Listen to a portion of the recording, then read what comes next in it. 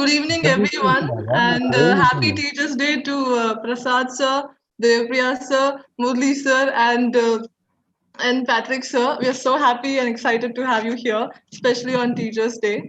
So, well, I'm Jenna, all of you, and I'm from Batch 12. And this is our third session of Abhivyakti, and we are so glad that we have made it for the third session of webinar. And we're so happy to see, like last time we had around 68 participants. Today, I hope we get more than 50, 60 participants, and you can consistently keep become part of this webinar team.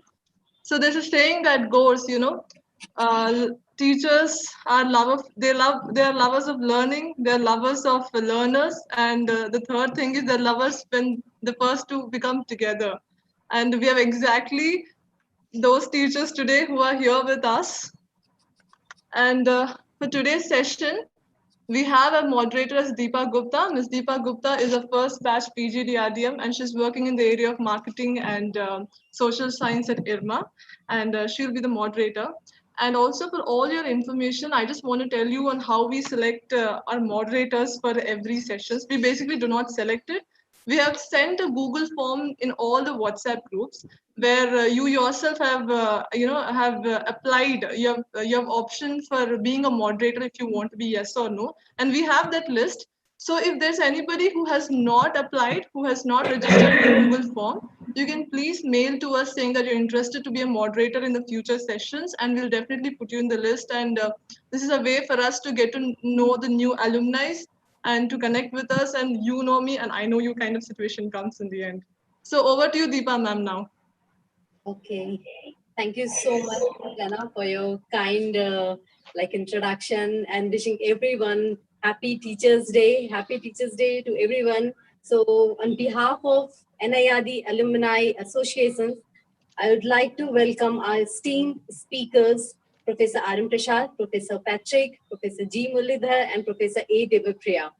So Professor R.M. Prasad is a former senior fellow in NIRD PR Hyderabad. He was also a former associate director of extension, Kerala Agriculture University, Thrissur. I'd like to mention that during my PGDRDM course in NIRD, he used to taught us the skill development course. And I still remember the field visit and the classroom sessions.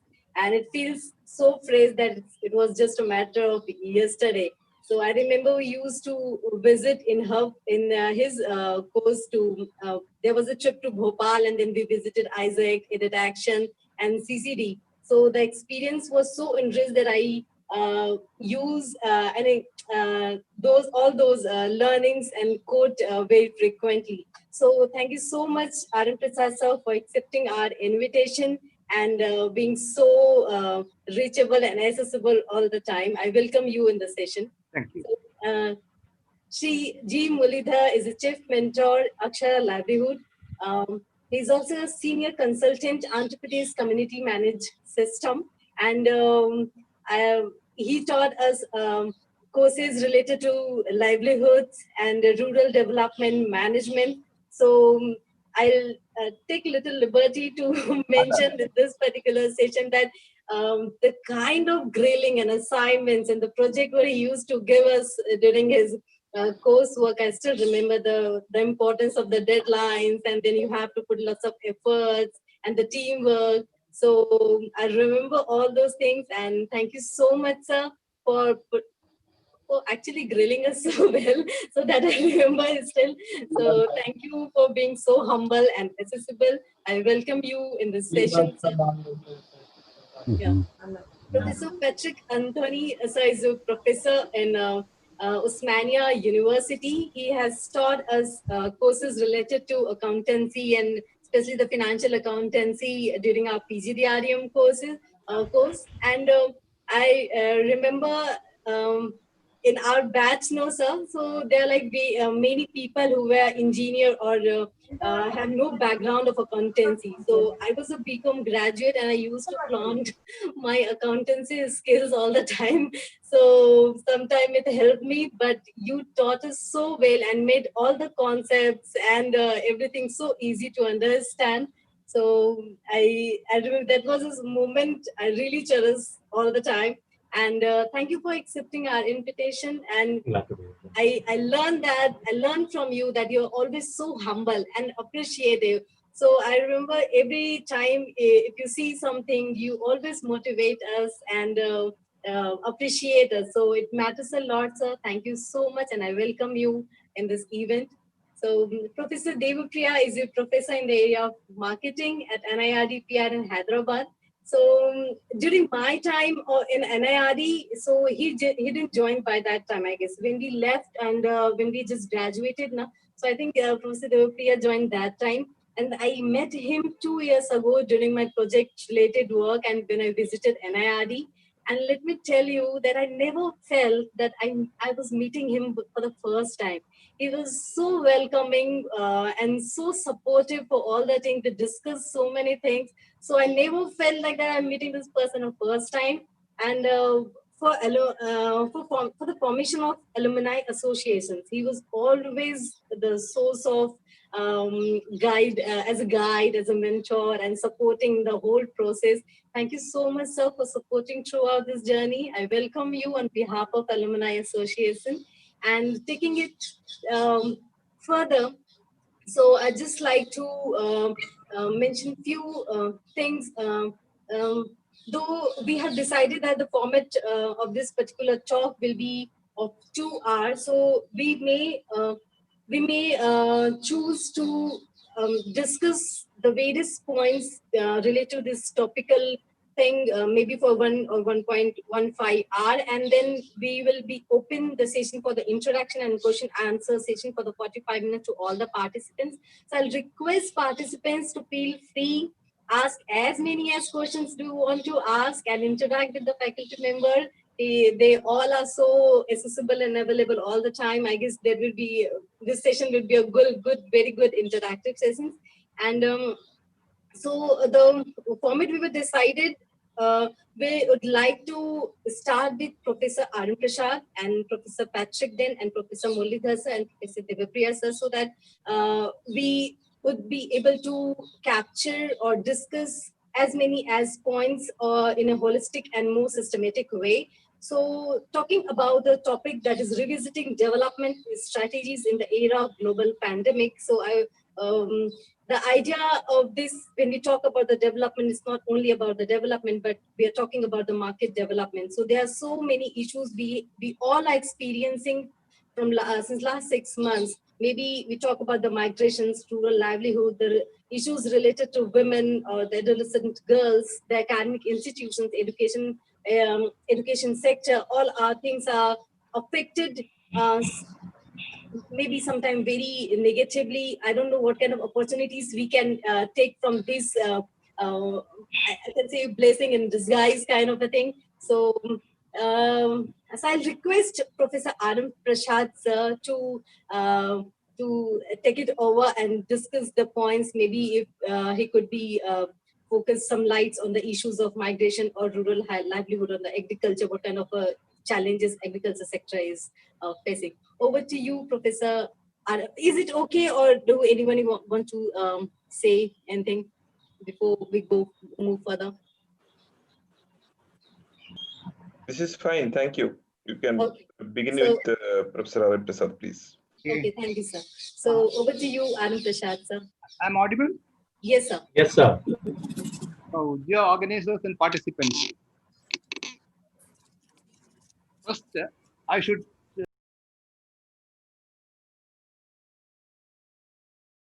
give me an opportunity to interact with the alumni. Now, I consider PGDRDM as a unique course due to various reasons. One of the main reasons being that you can join the course from different streams, from arts, science, I think commerce, professional courses, etc. This provides a great opportunity for learning from the peers. Peer learning is very important. This is one of the important things which I had noticed in the first matches. I think that still continues, I think. Now, coming to today, I should again thank Deepa for taking the Teachers' Day. I think webinar. The topic is very much important, and I will be mostly dealing with agriculture and livelihoods. Is it okay? Agriculture and rural livelihoods. Focus will be on that.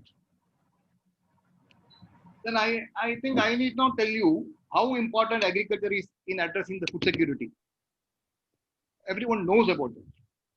Thanks to our farmers, we did not face any problem relating to availability of foods during this pandemic. That you know.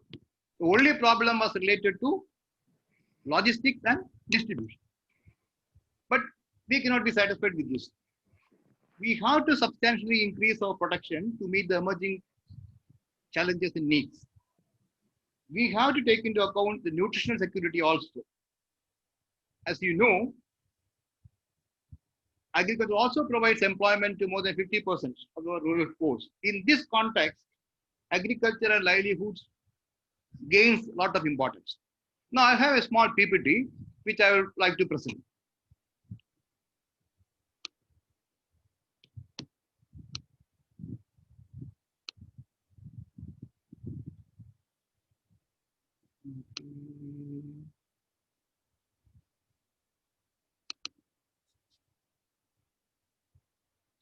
Okay, sorry, 1 minute.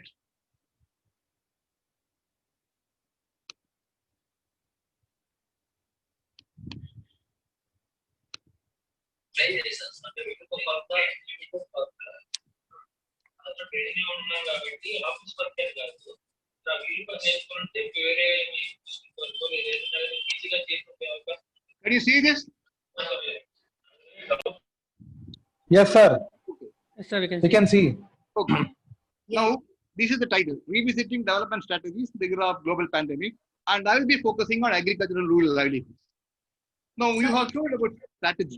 So it will be What good is if you can choose this slideshow or the zoom in mode. Full? It's okay? Yeah, the full screen mode, sir. Okay. F5. Okay, maybe. fine. Yeah. Yes, sir. Okay. Perfect. Now, what is the strategy? Now, you know, I think how much time is there? 20 minutes can I take or 50 minutes? Tell me. Yes, sir. 20 minutes is good, sir. Okay. Now, Yeah. again, as you know, Mintzberg defines strategy as 5 P's: plan, pattern, position, perspective, and ploy. Stasi says there are 3 major schools: the design school, the planning school, and the positioning school. So, in my presentation, I would like to adapt Mintzberg framework as 5 P's: positioning, perspective, preparedness, process mapping, and performance, with emphasis on positioning school. So, what is this positioning? In revisiting development strategy, new normal is the norm, which we position.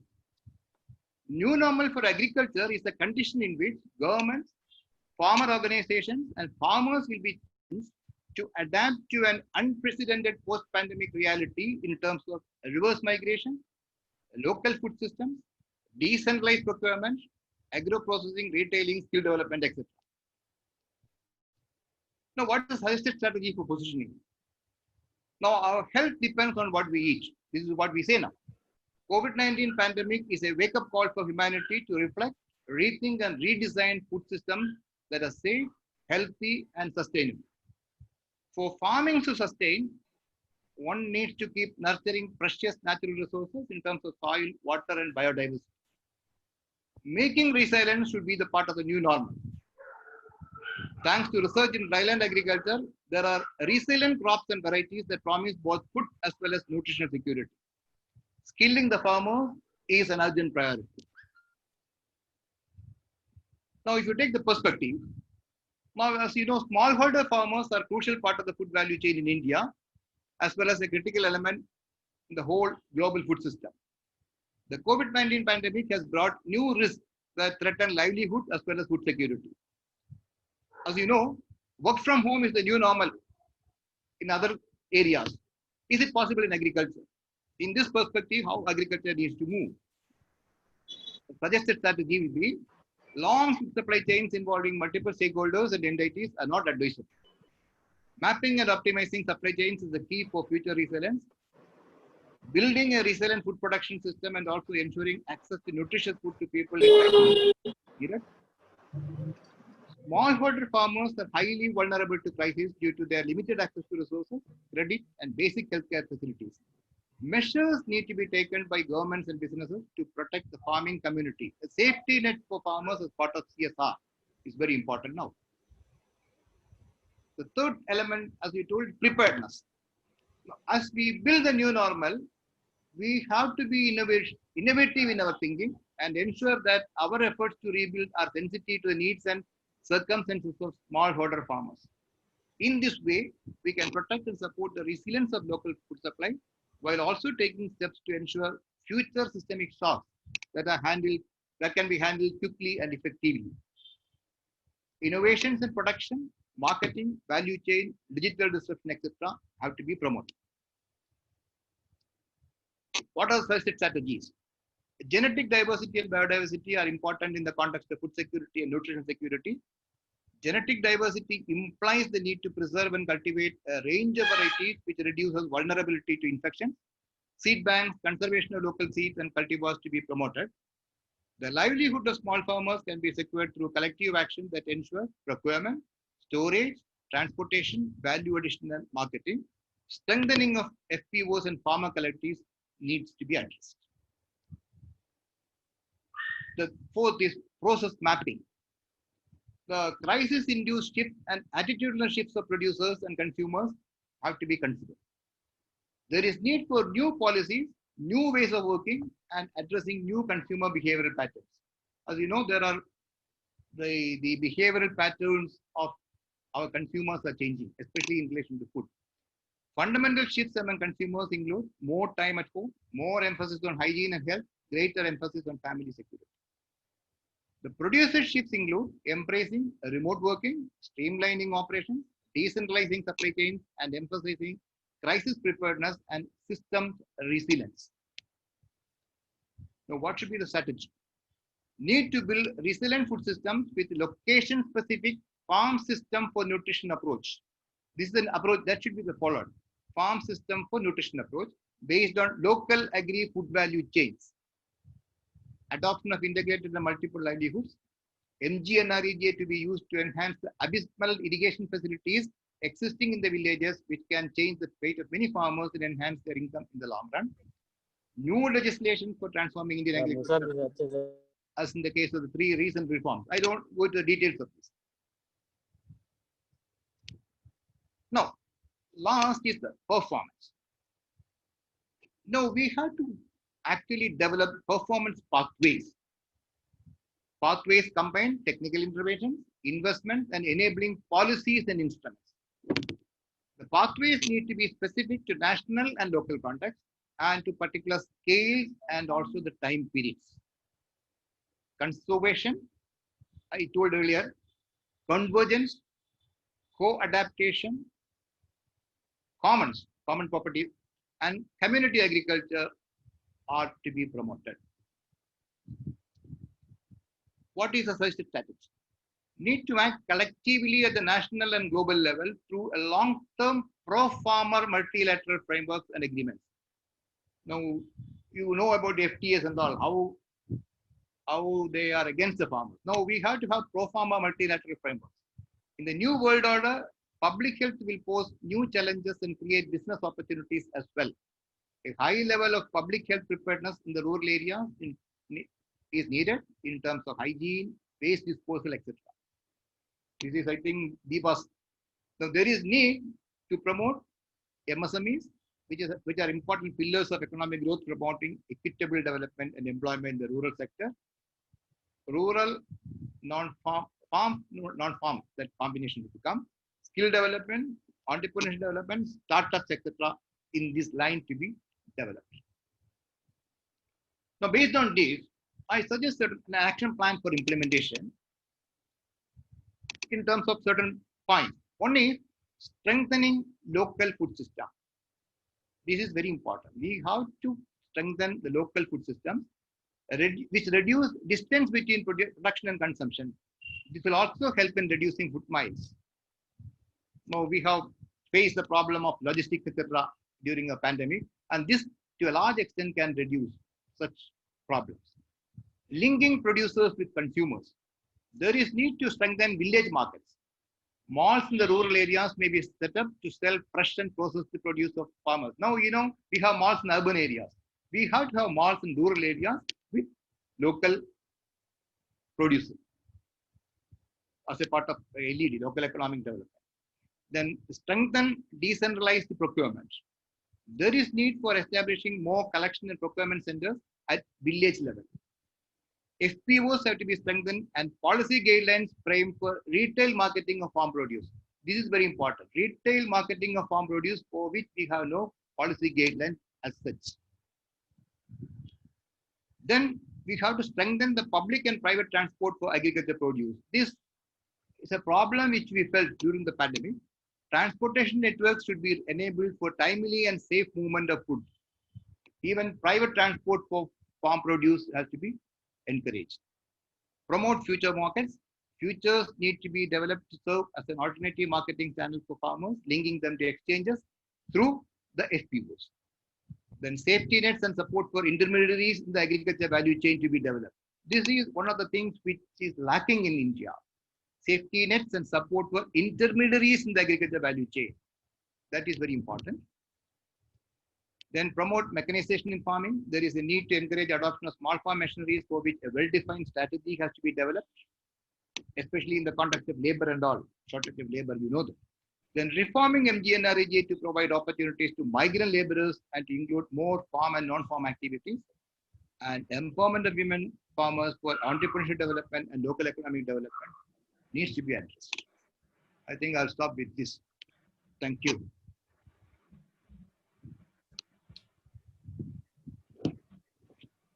I didn't take much time.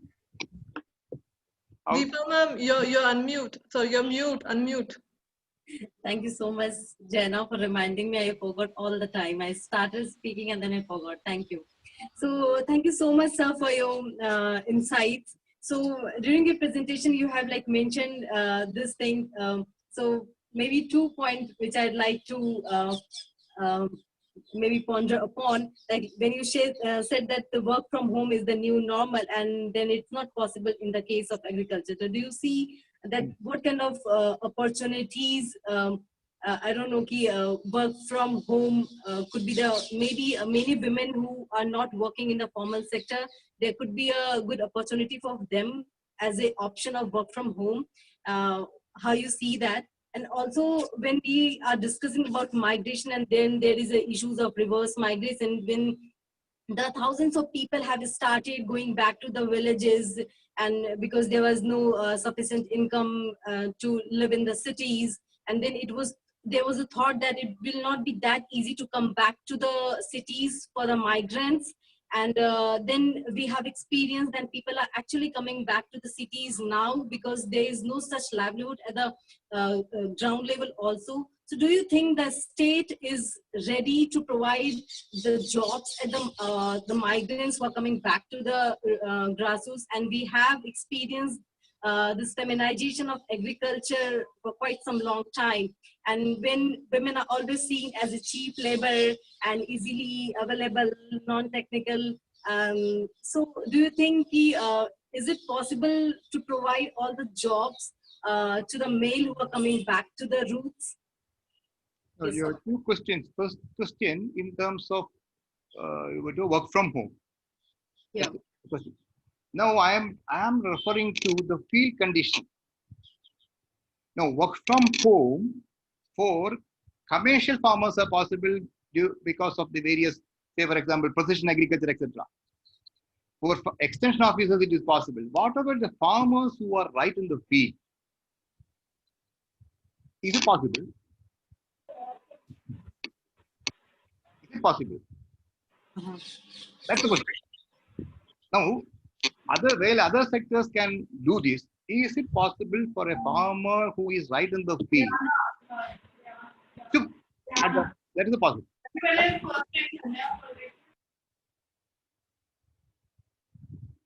That question I posed. No, you have all the digital technologies, etc., for the use of farm. How many farmers are using them?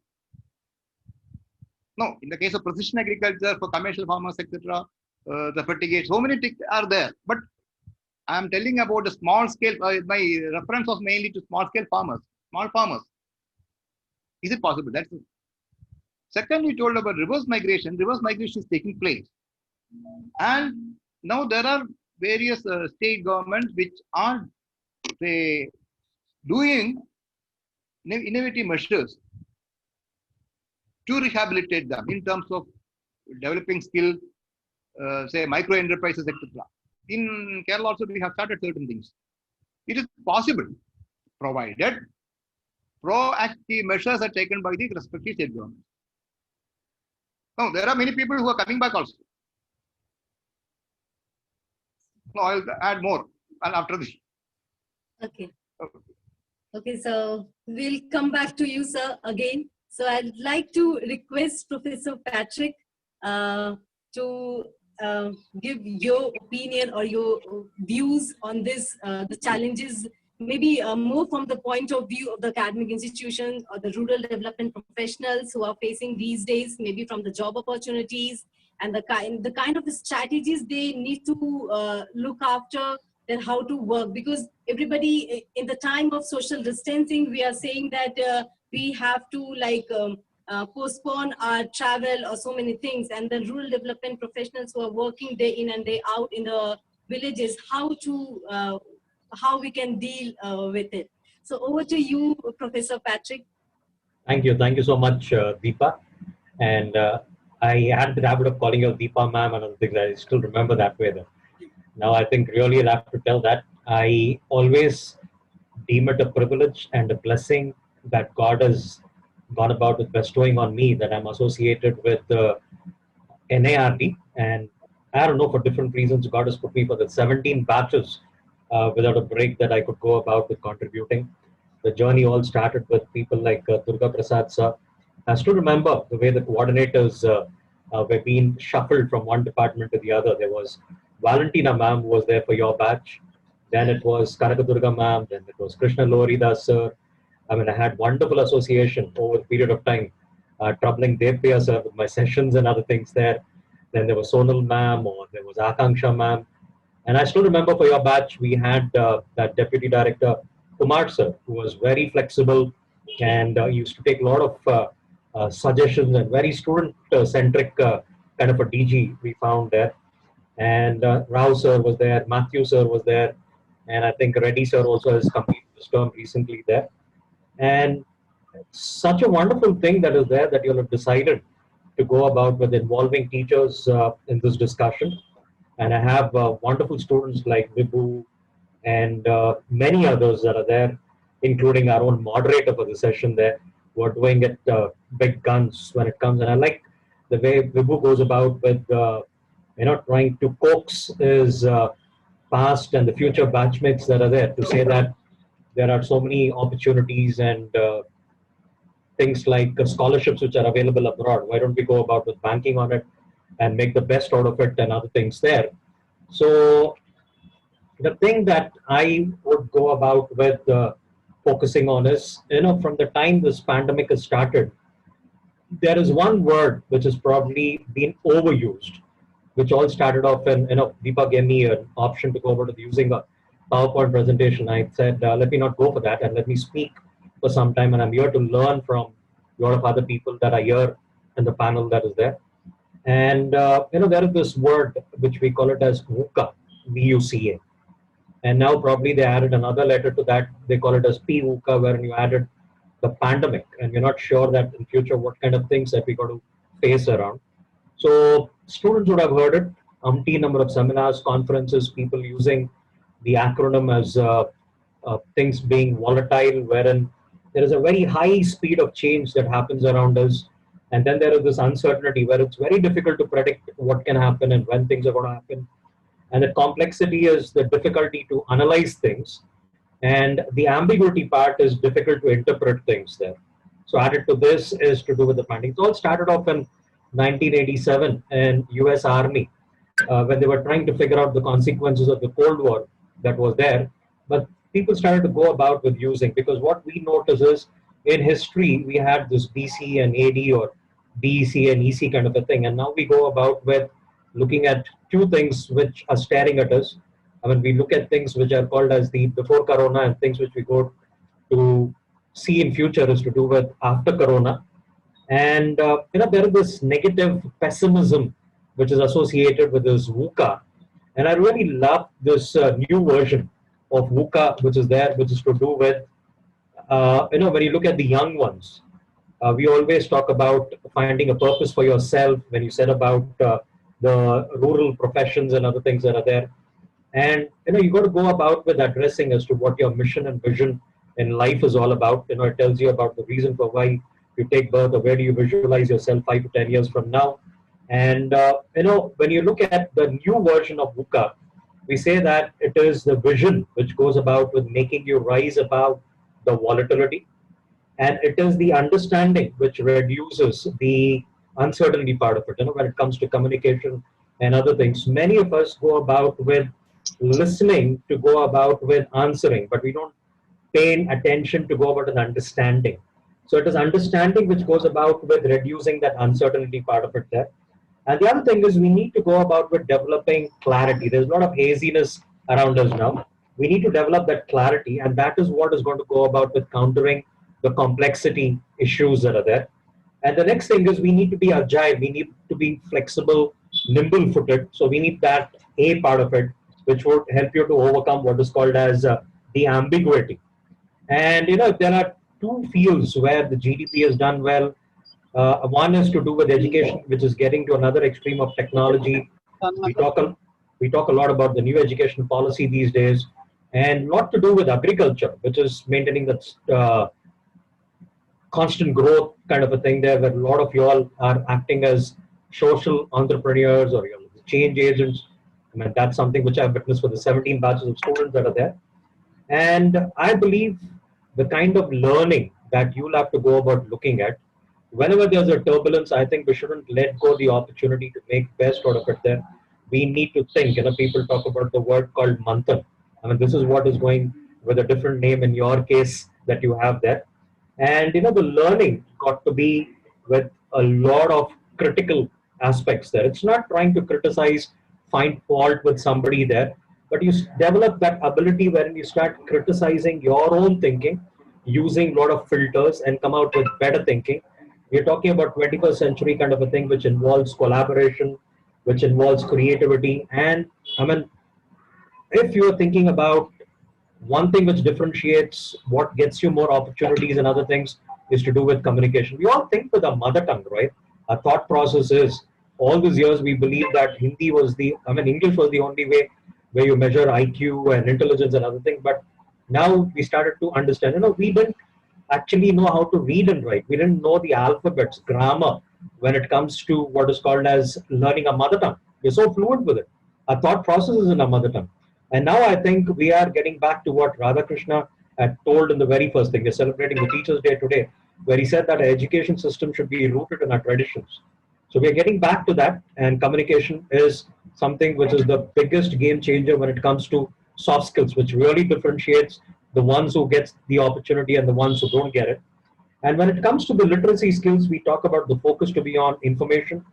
The way you're trying to use media, the way you're trying to go about with tapping into the potential of technology, and life skills. Now, this is very essential, where we talk about the aspects of flexibility. We think we know a lot about this issue called as leadership, but the thing is there is a lot to go about with probing and learning about what leadership is, and about being more productive and being more social is what we need to go about with bothering. Yeah, I think we have one of our friends there. And when you look at that word strategy, we just had Prasad sir, where he used a Mintzberg model and where he said about Stasi and other things there. I would get back to the root where it talks about a Greek word, strategia, which is more about warfare activity, right? How do you go about tackling it? We had our Abhimanyu, who knew how to get into the Chakravyuh, and he didn't know how to come out of it. So the thing is, how do you go about it? You're not trying to, your enemy today is something which is not visible to the naked eye. That's the virus. How do we go about tackling it? So the thing is, the strategy is your options that you have as to how do you go about with outsmarting and outwitting your competitors when it comes to the business world or the marketplace, right? So the thing is, we require, I mean, it's very easy, anybody to do the nitpicking, or you say, here's a problem, here there's an issue, the government is bad here. But the thing is, how many would love to become a part of the solution? Being a part of the problem is the simplest thing that you can do, but being a part of the solution is what we require. So we require people who are innovative problem solvers. We require people who are very good explorers. You know, we need that investigative kind of an exploring to be done. We require people to be creative with their communication. And pandemic has taught us how we can be more creative with our communication there. And we need people, you know, to be versatile. It's not like, you know, you live in watertight compartments and you talk about domains and other things there, but you get to that versatility. And the thing is to do with critical thinking. You know, you can just check out what Deepa just asked, you know, how do I tackle with my people who are working in rural areas and other things there. Now you look at this World Economic Forum, it had come out with a list of skills which are fading or which are in trend and what is required for future. And they say for 2022, if you start listing all the skills that are there, I think the top 7 skills that are there is all about thinking. And it's to do with Swami Vivekananda, who has often been quoted, where he says, what emanates is it's to do with your thoughts, which goes about becoming your words. It's your words which become your action, and action, it makes your habit, habit makes your character, and character makes your destination. So if you're keen to go about with changing your destination there, first thing you need to go about with beginning at is get to the thought process. And I want people to go about with spending quality time reading books by Carol Dweck, where she talks about what is known as mindset.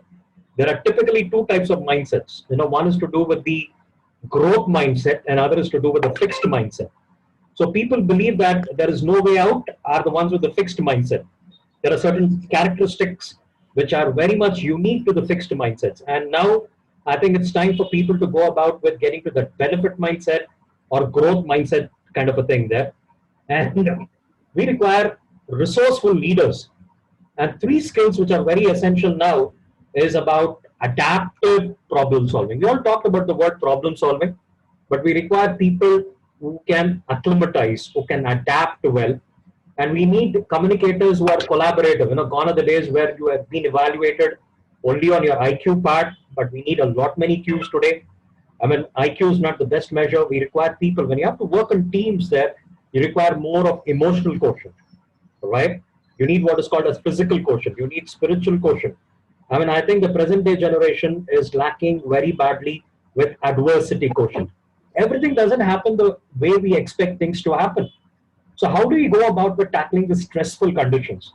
And how do we go about with rejuvenating ourselves or re-energizing ourselves, where we require what is called as leisure quotient? I think the young ones are too good when it comes with passion quotient.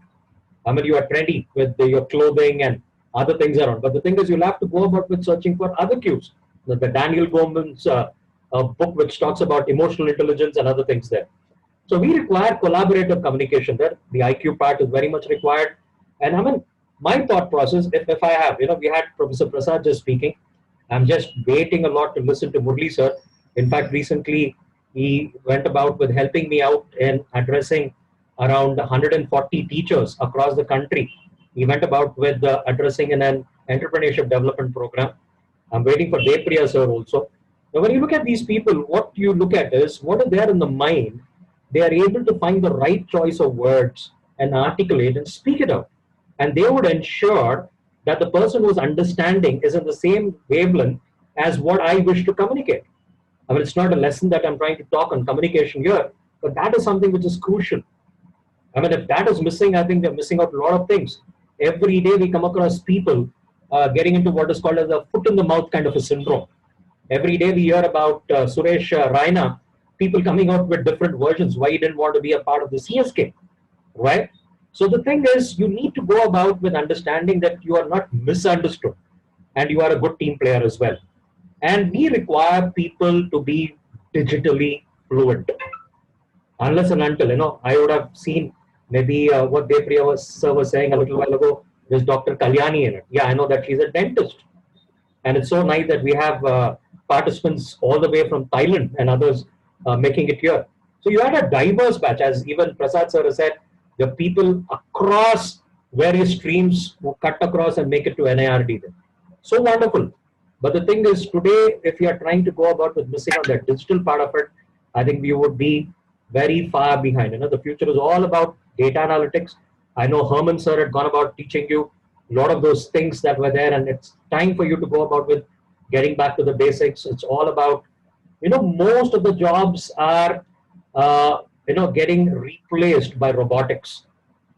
You have most of the chatbots coming up, and there's machine language, a lot of those things which are coming up there. So you have to look at the areas where you become irrelevant, and how do you remain relevant when Alvin Toffler, the great science fictionist, goes about it putting the 21st century literate is somebody who goes about with having that ability to learn, unlearn, and relearn.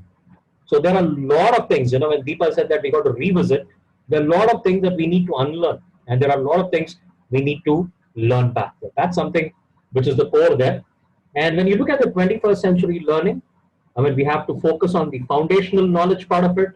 We have to go about with looking at the humanistic aspect, with a lot of technology and other things coming, probably using that human touch. And then what you really require is the meta knowledge. Now, the thing is, we have decided to go about with coming, right? But, you know, when you have to go about with making things, most often what we find is we are very good at planning. You know, at the end of the day, you pick up a lot of things here. But when it comes to implementation, we are very poor at it. So they say that if you fail to plan, you plan to fail. But the other extreme that is there is we end up becoming what is called as too much of analysis leads to paralysis as well.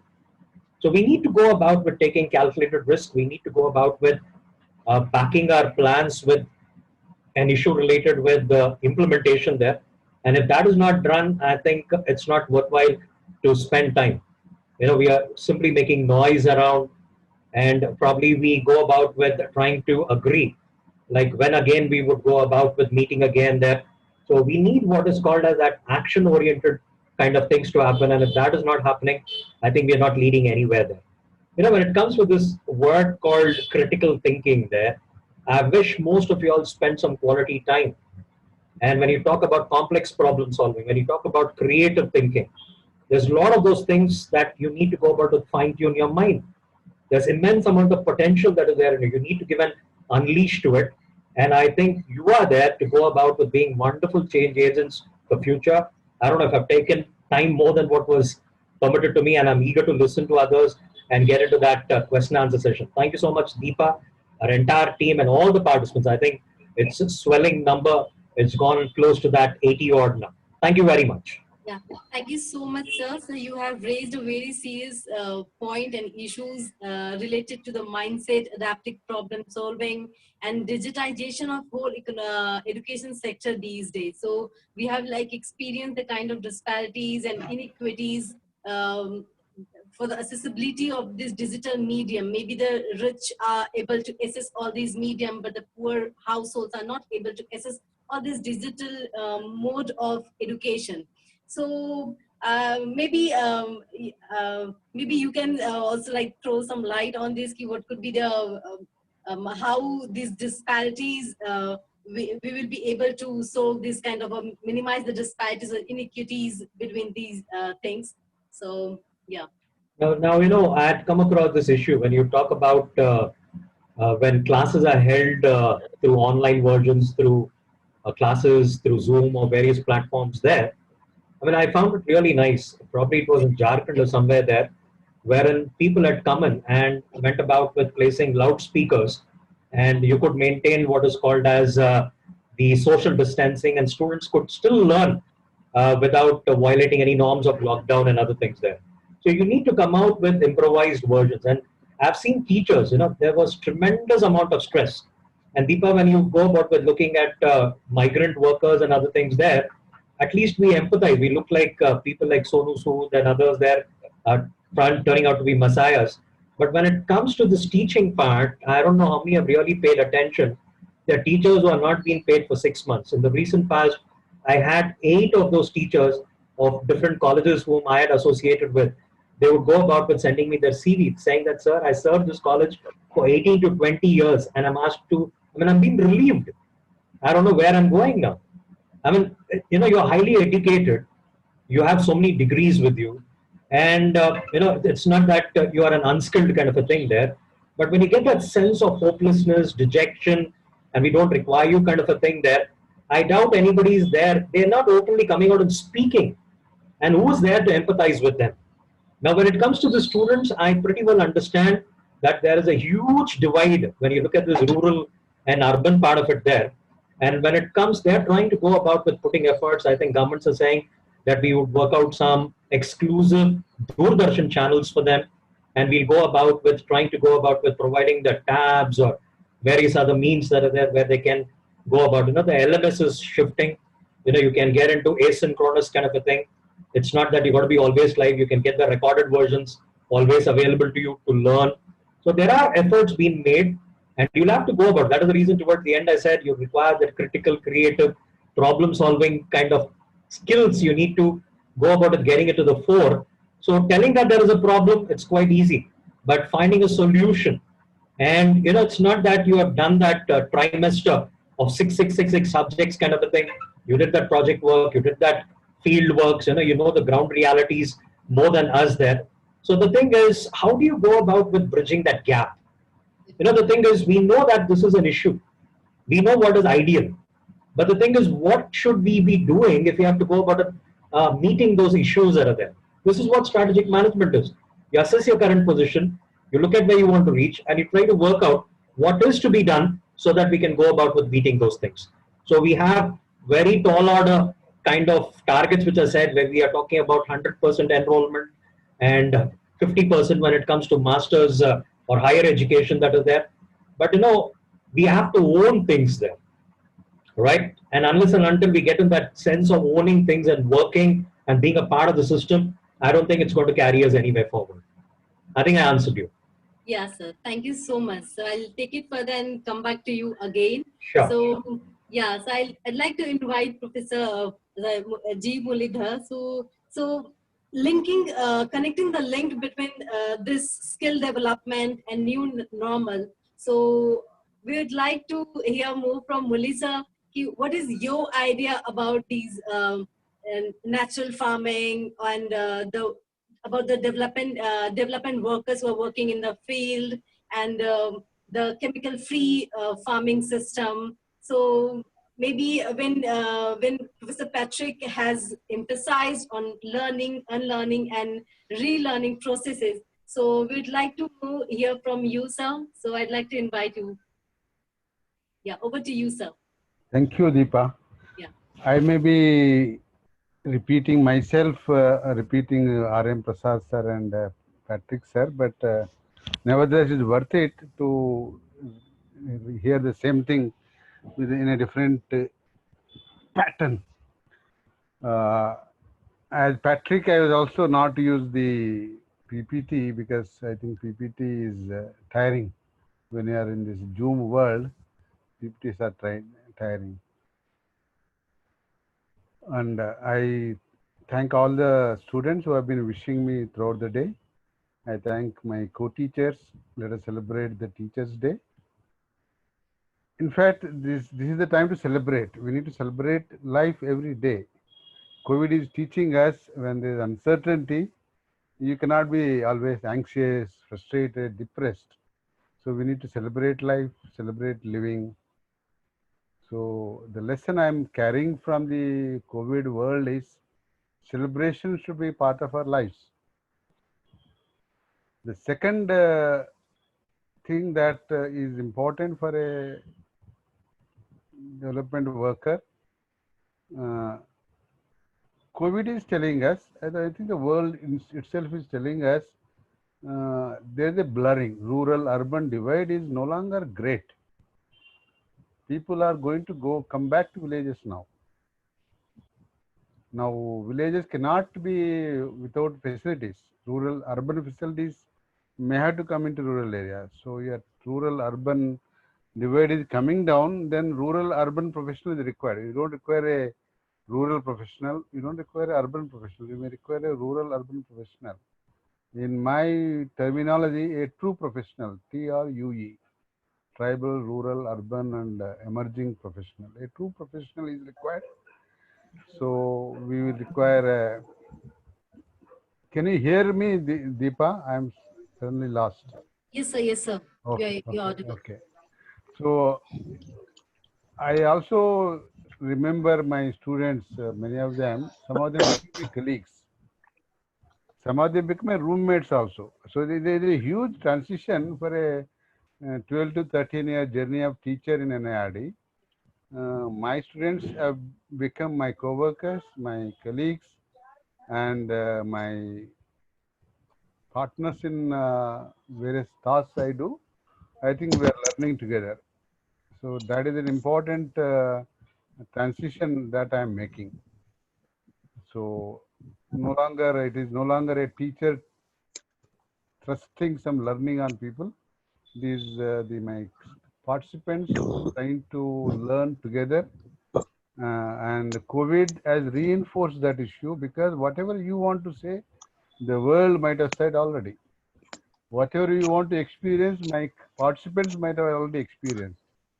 So my guess is that we can only be learning facilitators, learning challengers. Whatever I've been, maybe I'm a lone voice in those early days, but it's increasingly becoming clear that a teacher has to be a learning facilitator, a learning challenger. He cannot be a communicator or a articulator. So that shift has to happen. I hope Patrick is agreeing with me. The other is Yes, sir. the other is the experience, boss. I think this is another thing I want to tell you. COVID world is teaching us and reinforcing us to spend more time. When you go to a place, spend more time, so that you'll understand the place, understand people, understand people's lives. Don't make visits. Don't make jet set visits. Spend a lot of time, 2-3 months, maybe 4 months, 5 months. That's the kind of a way we need to go about doing it. The older versions of development have to be reinvented now, rediscovered. We need to teach the same way. Don't make them quick visits for half a day, one day. That you can do on the Zoom calls. Where do you want to make those visits? So it's important that you spend a lot of time in the field and longer time in the field, longer time at a stretch in the field. That is the point on the COVID lesson on the rural development course. There are a lot of, you mentioned very nicely about VUCA, Patrick. That is my understanding too. See, VUCA is there, and we need to come around with another VUCA. So that's a good way to go forward. And the point that R.M. Prasad said, and you are saying that farming is the only sector that seems to be positive in the negative growth world. We are reaching a 40-year-old growth rate, which is 90 negative, and it may go further down. And this rate itself is maybe faulty. Our growth rate might be much lower than what officially being said. And 30% have become unemployed, they say. And informal sector is really troubled at the edges. Inequity has really increased. The richest person has become richer and richer. And there are many people become very poor. We took about 30 years to reduce our poverty by half, 1990 to now. I think we got back to the 1990 position in one stroke. And we may take another 30 years to get back to the older numbers. It's very, very scary in one sense. Therefore, our duty and our responsibility to be useful to this world, useful to the larger majority. Fortunately, poor have become a larger majority, poor, vulnerable, and marginalized. We need to be working for them. And at this point of time, whether our lifestyle, our ways of working will be useful or not, we need to take a reflection on that. If you remember well, if the crunch comes, what do you require? We require air, water, some food and nutrition, some clothing, some shelter, some engagement, some entertainment. That's all we require. And are we getting only this much? Are we trying to get more? Are we more ambitious than this materially? Will it work? We need to take a call on this. We need to take a call on this. We need to get back to being simple. We need to get back to being, there's a word in Sanskrit referred as Arjava. Can we be Arjava? Can we sync with nature? Can we get back to nature seriously? Can we bring modern facilities into tribal and rural areas so that they will not be left out of the minimum decent living standards? Can we move from GDP to gross national happiness kind of index? Should we measure GDP or should we measure happiness? Should we talk about extraction or should we talk about investment? I think we need to talk about investment into lives, investment into relationships, investment into societies, investments into culture, investment into children, investment into future. We should be trustees, isn't it? We should not be managers or something. We should be trustees of the future, trustees of our resources for the future. I think some of you might be reading my Yogakshemams. I was recently mentioned two words. One is interdependence. I think that is one thing that has really come to fore. And the moment you think that you are not social, you start becoming anxious, depressed, frustrated. I have experienced, my friends and family who got COVID experienced it. My son is a COVID warrior. We are able to see this. How much important is that we are interdependent, and demonstrate that we are dependent and helping each other. How are we interbe? How will we be humble? How will we become naked in some sense, quote unquote? How will we be completely open to the world without having anything to hide, not physically and not emotionally, materially? Then the world will be a very different place to live with.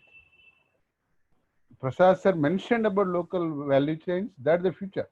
Local short value chains that will increase the diversity, food diversity, nutrition diversity, and we'll be able to get higher rupee of the consumer to the producer. And I think we'll have better lives, better immunity, and better lifestyle that is suitable to our local situations.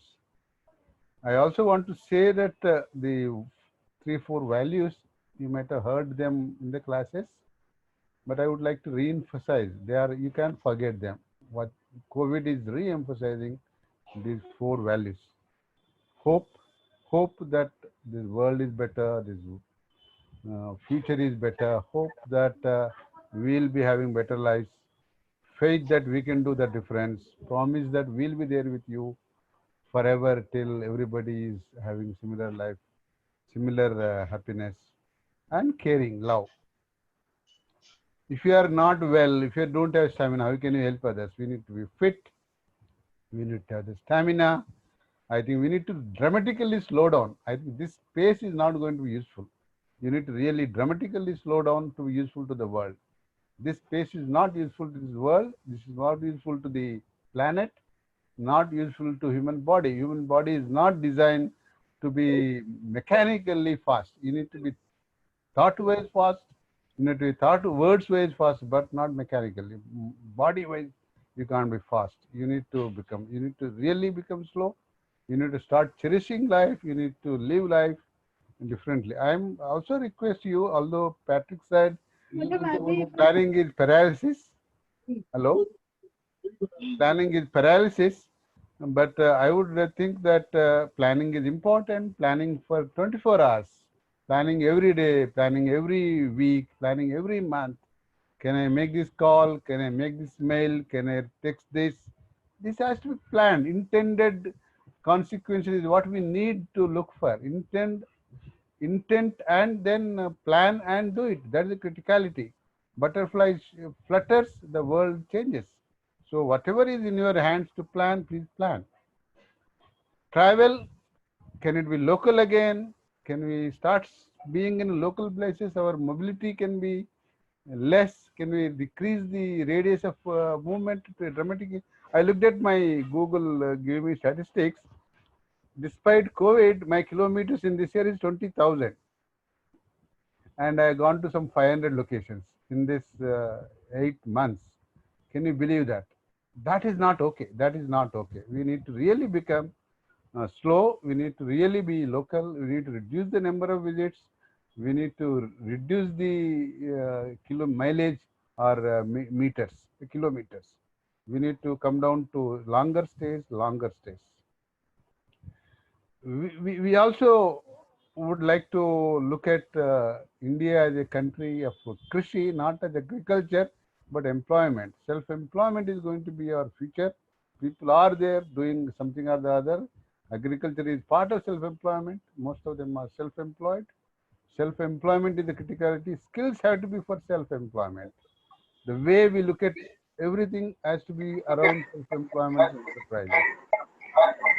E-world is going to be there. We can't get away from this fact of life. Work from anywhere may not be the way, but a hybrid. We may work from sometimes outside, sometimes in office, converting houses into offices, some methodology. A hybrid hybrid may emerge. And the skills also cannot be more about practical skills of the day-to-day existence. That can be part, but we need to go for 3 F's: fish, fishing, meta fishing. We need to go meta. There is no other alternative for us. You need to go meta. You need to talk about meta life. You need to talk about meta leadership. You need to talk about meta learning. You need to talk about meta love. You need to go meta. There is no choice for us. Management, in my opinion, has to become leadership. We need to talk about leadership more rather than management. Management is essential, integral part of leadership. We need to teach leadership. We need to build leadership. We need to augment leadership. Leadership is going to be our future. Leadership as a discipline is going to emerge, and we need to spend more and more on the leadership discipline rather than the management discipline. Movements, I was keen that we become global movements at local levels. For example, natural farming is a global movement shaping up, but happening locally. So we need to work locally, but movements have to be at a global level. We need to contribute to it. We need to start living closer to nature. We may have to farm with the nature without chemicals. We may have to go into farming in an integrated manner, multiple crops, 365 days. So that kind of a direction. If we don't do it in the coming 10 to 12 years, people say that this planet is going towards Harappa Mohenjo-daro civilization of extinction. So if we have to act, we have to act. All of us have to act, not one farmer or one location farmer. All of us in the world. That is possible only we start living differently. We need to farm differently. We need to live differently. We need to make demands on the farmers differently. We need to be adding the natural farming value chains differently. Then it will happen. There is a thinking that 3.5% people do something, then slowly remaining people will turn around. So 3.5% is the critical minimum in this world. That is about something like 100 million or 200 million in this world. In our country, it is about a million, about 100 million. If we can do that, if we can do the 100 million people of this country, that is 2 million, 20 million families of this country start living naturally, start farming naturally, the world will be a different place in due course of time. So we need to build this movement of localization, collectivization, communitization for natural living and natural farming. I also want to remind that there are about 1,000 students are there with us, maybe another maybe 100 teachers, 1,000 people are there. If we can give 10,000 hours for this agenda, in the next 10 to 12 years, something like a day a week or 2 hours a day, or we mobilize, each one of us mobilizes something like 1,000 people in the coming 10 to 12 years towards natural living, natural farming, that is the 1 million people doing it, I think we would have contributed a big way to the cause of the world's well-being, our own well-being, well-being of this universe. I would like you to remember this. I also want you to caution critically, if I were the poor, if I were the vulnerable, if I were the marginalized, I would not have, I would have survived much faster, much better in this kind of world compared to the people who are not PVM. We are more sensitive, more fragile. We are at a loss. So whatever we do to the world will be more beneficial to us compared to the PVM. Whatever we do is a bonus to the PVM. It need not be the fundamental thing. PVM is a better species, more hardy species, stamina species compared to us. So if you do something with our internal locus, with whatever we do, I think world will be better place. PVM also benefit. Therefore, it is not in the interest of the PVM we should do this. It is in the interest of ourselves we should do this. Otherwise, we'll be dead faster than them. And in the end, world doesn't care. World will survive, continue to have new species, new people, and world will continue. It is only for us to be there. My own assessment, therefore, is let us revisit the way we look at development. The time has come. COVID has given us time. COVID has given us space. COVID has given us context to relook at this. Let us go through the stripping. Let us go through the snakes and ladders. Let us go through the rivers of lives. Let us go through the books of lives once more and get back to reflection and replan, redesign. That's where I stopped, Deepa. I've taken slightly more than what I thought, but I was in a flow. I didn't want to stop. Thank you very much. Thank you so much, sir. So looking at the point, so the issues you have raised, so I think that you're quite emphasizing on the lifestyle strategies and the importance of planning in day-to-day life, and then going natural, going more chemical-free thing, all these things. So You went mute. Deepa, some you kind went of mute. behavior change in terms of like maintaining some certain kind of, am I audible, right? Yes, yes. Because, Yes, yeah. yes.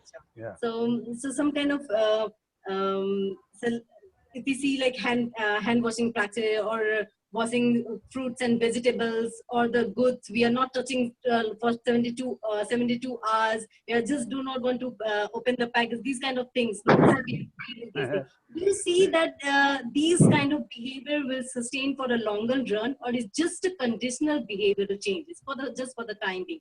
One thing, sir. And the second thing, when you have like mentioned that we need to adopt more natural thing, and then looking at these things. So do you think, how do you see the role of cooperative societies and the community-based organizations to market this natural farming thing? And then do you think when we advocate, when we do advocacy for the natural things, so what the health sector, the health facilities, the existing health facilities we have, so how we need to relook at that? What are their contribution? It's only our behavior, the people's behavior, or the states what they are providing. Longer question than answer. My answers are simple, Deepa. For the part A, the question, these are temporary phenomenon. We may get used to them to an extent, but we come back with vengeance.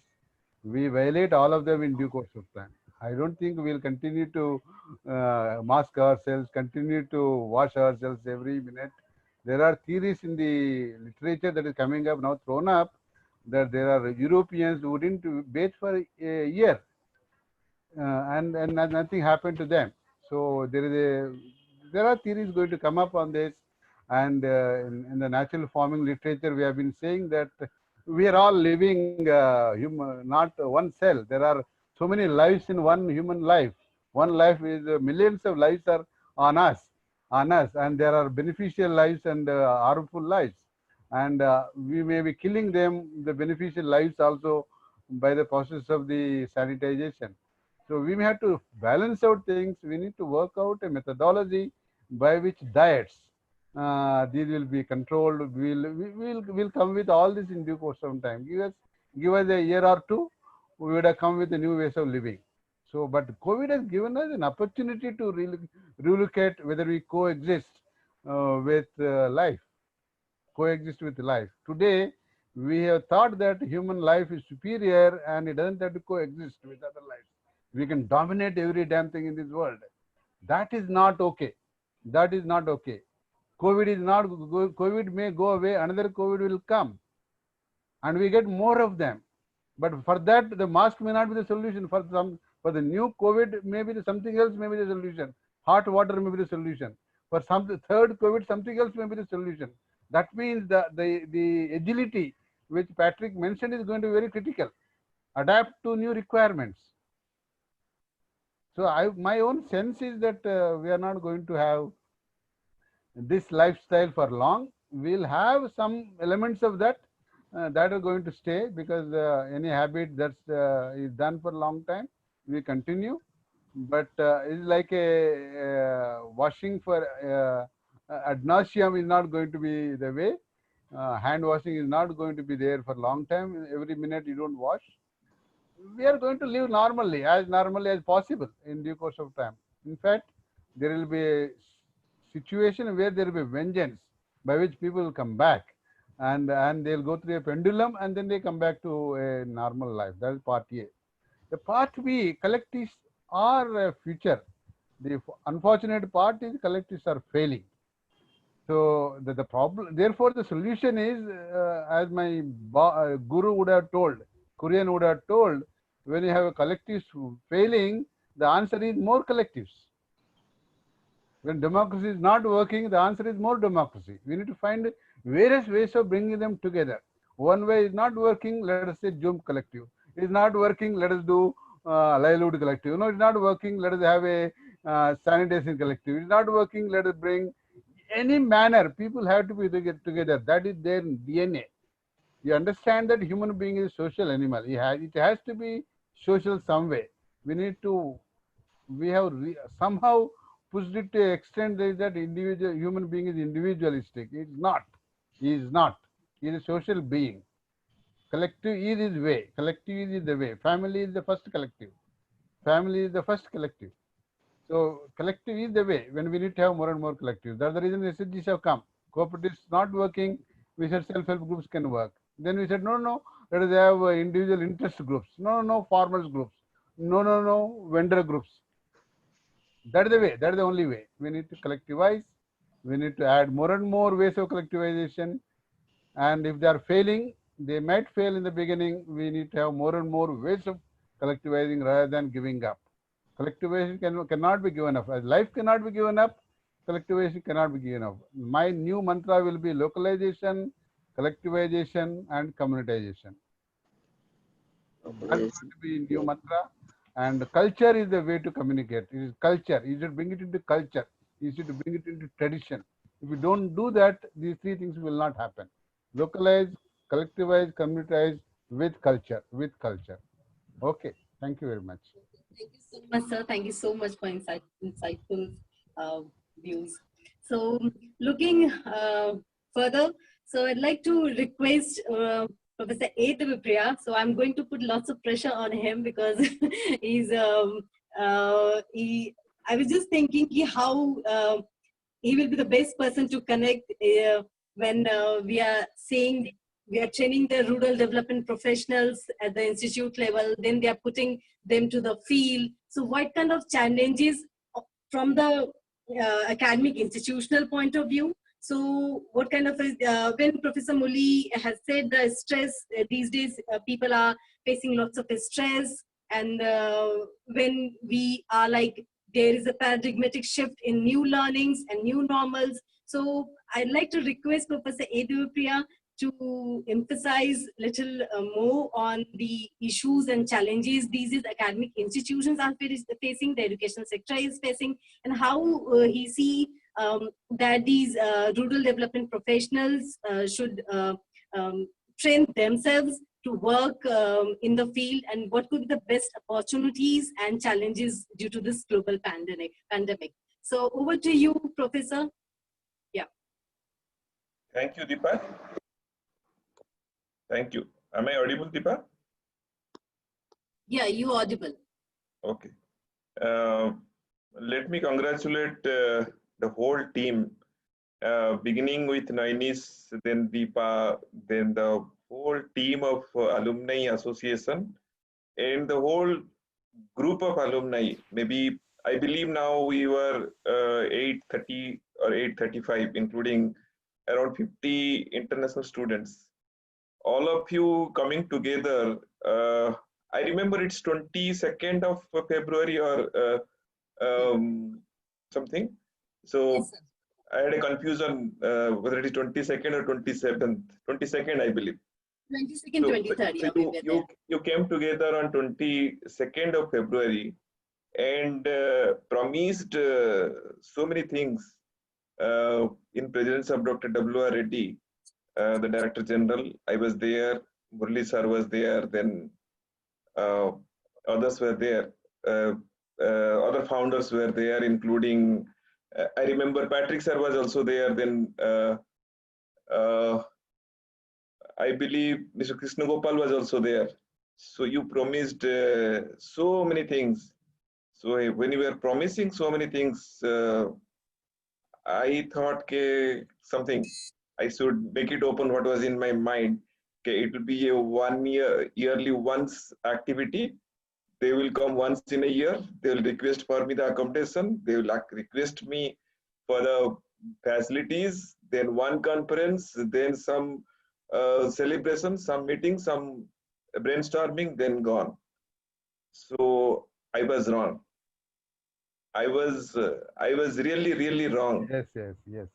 What has happened? I realized in last 5-6 months, despite a pandemic, despite of all these issues and challenges, I know how you are facing. You have all come together with many things. One of them beginning with supporting the students in placement. Deepa, Nainis, then Prabhat, many others, Abhinav is also there here. Many others, they came together. Every evening there will be a discussion, orientation. You put all your efforts and energies in the backdrop. I realized in the backdrop, I realized Bibhu is working very hard on bringing out Manthan.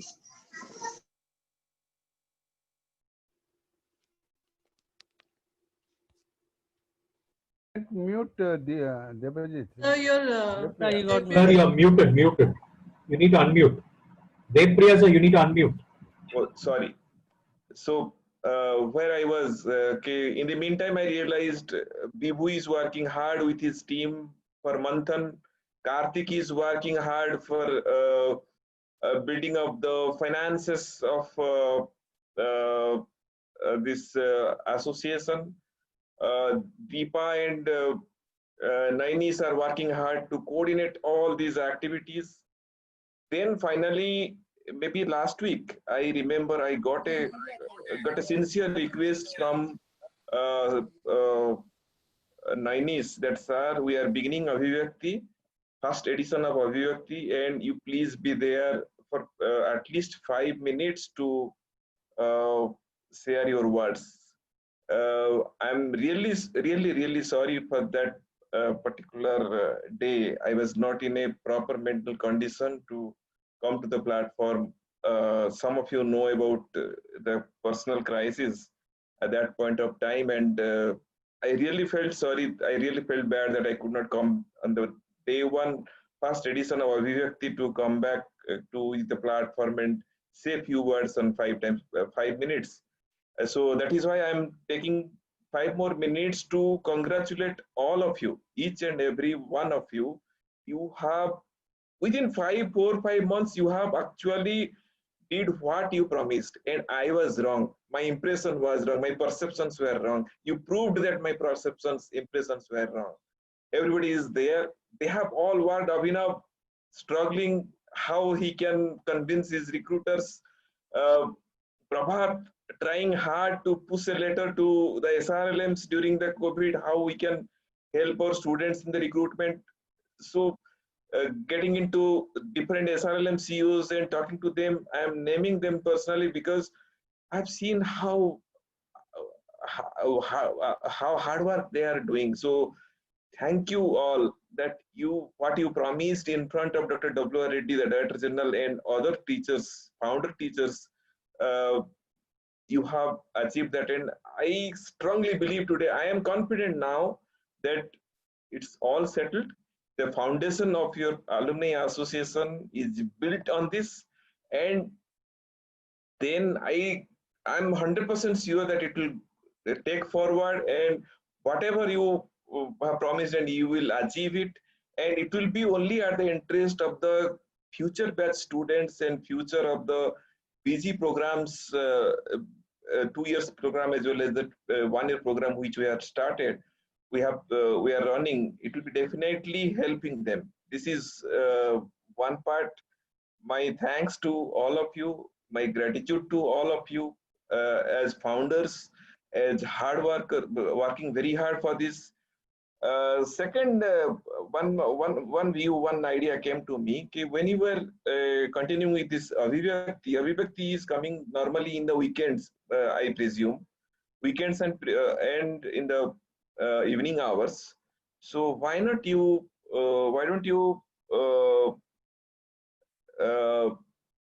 ask the current batch students also join, both the batches of PGDM RM as well as PGDIDM students, let them join.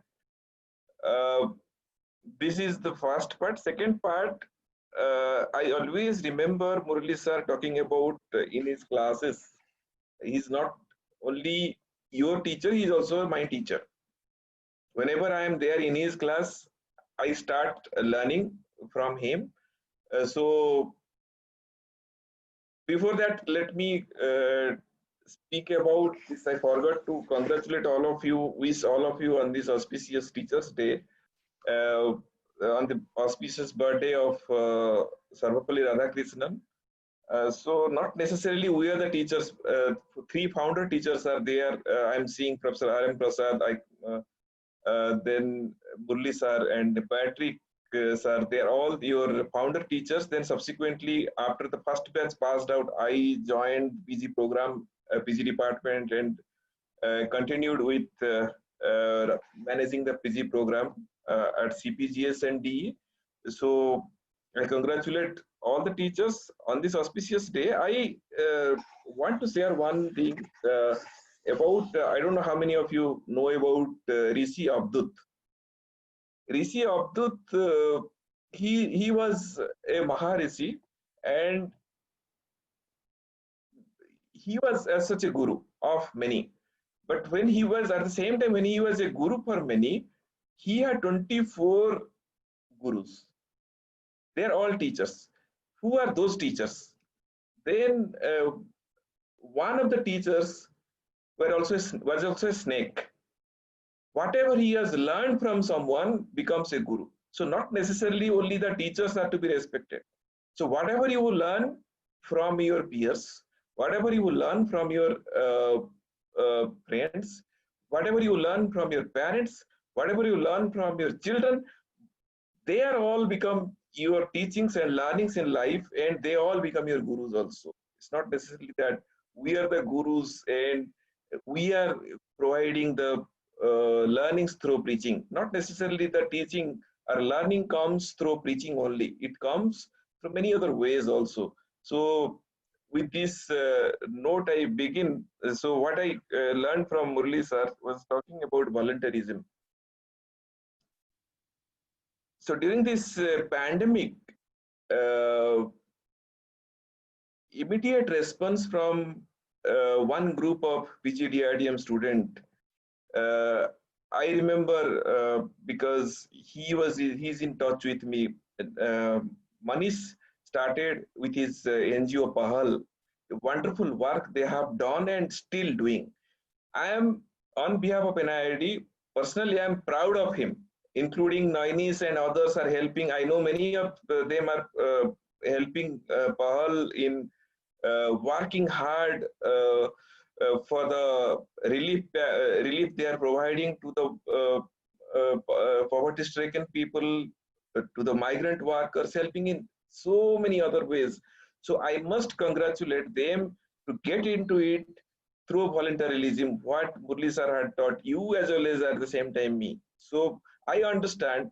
I believe many of the alumni still working in this particular pandemic and helping the people, and that is what we wanted from NIRD. Personally, me and my team from CPGS expect these kind of voluntarism, these kind of activities to be activated more and more of the students should get into it and help the people.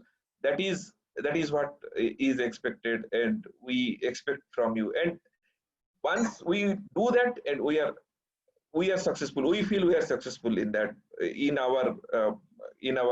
the process of teaching, in the process of building development professionals.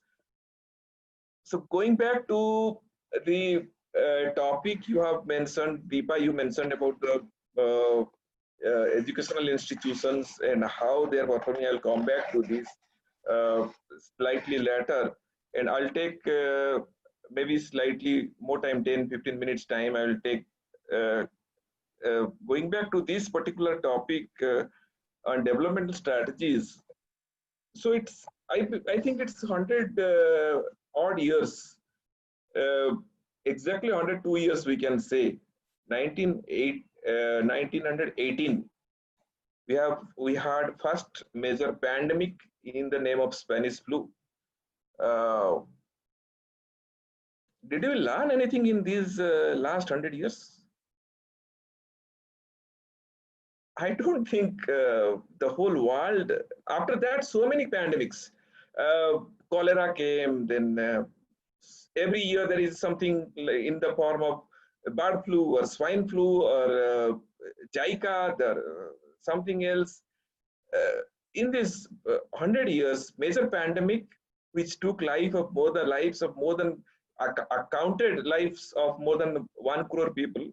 We don't know exact figure, because that time this kind of statistics, data, etc. was not available. I tried to figure it out at 10 crore or even more than that. So this many lives were gone. And in these 100 years, did we learn anything? I don't think we did learn anything. We thought missiles are more important than healthcare system. We thought Chandrayaan and Mangalayaan is more important than our healthcare workers. Trillions of dollars we spent on these activities. So missiles, fighting with each other, building our strength in terms of weapons. I'm talking about the macro system, because these things should go back to the 800 odd or 850 students. And sir was mentioning that we're going to reach 1,000 in a year or so. 1,000 students, they should realize, we should realize, okay, this is our learning. We are going in what way? We are not learning from this. Our whole system is not learning. We are not learning who is important, what is important for us. Whether a robust health infrastructure is important or a great warfare system is important. We had great warfare systems. Americans, where I'm talking about British, they're the best in Navy. Americans, they are best in all three, Army, Navy, as well as Air Force. The Chinese, they're the best in the world. Indians were also the best in the world in terms of defense. Aerospace, space, we are at moon, but we are not able to fight a small virus. Are helpless. Our doctors are helpless. Best doctors from AIMS, I'll quote the best doctor of AIMS spoke to my wife Devi yesterday. When she was sharing her problems, he was helpless. He was telling, we don't know anything. We don't know anything. Whatever you are telling, we are not able to figure it out what is happening with you. Please, please share your reports. Please go for these tests. Then we'll look at the reports. Then we can find out. We'll try to figure it out. We don't know what is happening with your body, or we don't know what is happening with anybody who is coming to us in terms of this. This, what does it mean? We are best in making rockets. We are best in making missiles. We are best in making world-class warfare system. We are everything. The not and bolts everything we know, but we don't understand a small virus. So where we are going? Mulli sir was quoting that we have to change our life system. We have to change our whole system, the way we are operating. Otherwise, it happened with Harappan civilization, and some civilization will perish. We have to go that way. So these are the great concerns for all 800 students. Today I find around 76 students are available. It was reaching 80, so -4 of the teachers. There's 76 students. For them, this is what is the macro level lessons for us. We have to change the whole thing. We have to work on the macro level system in terms of whether it is writing some research articles, writing some publications, sharing our views with others, sharing our views with the peer group, sharing our views with our colleagues. Whatever way, we need to work on these areas. That's what is more important. That is the second lesson. What I found in this pandemic, doctors are exhausted now, working for 28 hours without sleepless nights, 48 hours, 72 hours. How long they can work? Not only in US, not only in Italy, the same situation across the world, because we have few doctors. We have to look at building up a robust healthcare system, which includes building up infrastructure, which includes building up the health workers. We need to have more and more medical colleges. We need to have more and more medical teams. We need to have health workers. How we'll get it? So can we divert the funds from some other areas into these areas where we can have a robust system, where we can fight this kind of pandemics, fight this kind of battle, which is one of the key areas. So what I was mentioning was doctors are exhausted, health workers are exhausted. They're all tired. They can't take more. They cannot take more. When they cannot take more, they will not come to the hospitals. They cannot take care of the people. So I take a cue from the census. I take a cue from every year census, every 10-year census. I take a cue from every year, every 4 or 5 years, this voter ID development, many other ration card development, all these things happen. And we use the teachers for that, for which they strongly object. The lesson here is, why not we'll be able to, like we are using teachers for this kind of activities, why not we'll be able to train our army? Why not we'll be able to train our paramilitary forces? Why not we'll train our teachers? Why not we'll train our professors? Why not we'll train our professionals, youngsters, for being prepared to face this kind of this kind of situations, and support the medical team in terms of paramedical activities? Why not we can become the health workers? What kind of training is required? And it's the way we will be able to contribute, in whether I'm an army man or whether I am a professor, whether I'm a teacher. So we need to develop the system to have the preparedness so that we can get into the shoes, the people in this country that can get into the shoes to help the health workers at these kind of emergencies and exigencies. Army and paramilitary forces are not necessarily there only to look at the disasters like flood or cyclone or something like that. They can get into this. We can get into this. It's nothing rocket science. We cannot be at par with that of the doctors, but we can help the paramedical team in many other ways. When they are exhausted, when the nurse or a health worker is exhausted, is not able to come to help. So why not the others will come forward and help? So these are the few cues I wanted to give you. What changes we require? Then it comes to my mind that things have changed. Things have taken dramatic change in terms of your social system. We started with new norms, the concept of new norms, social distancing, and shockingly what we find in the family, we have started suspecting each other. In a family, father suspects, my son is going to office, my son is going to market, is he bringing back COVID? So I should be careful about him. So father is suspecting the son is suspecting the father, son is feeling that father is old, so he has low immunity system, whether he has already got the COVID. Wife suspects husband, husband suspects wife, children suspect parents, neighbor has started suspecting the neighbors.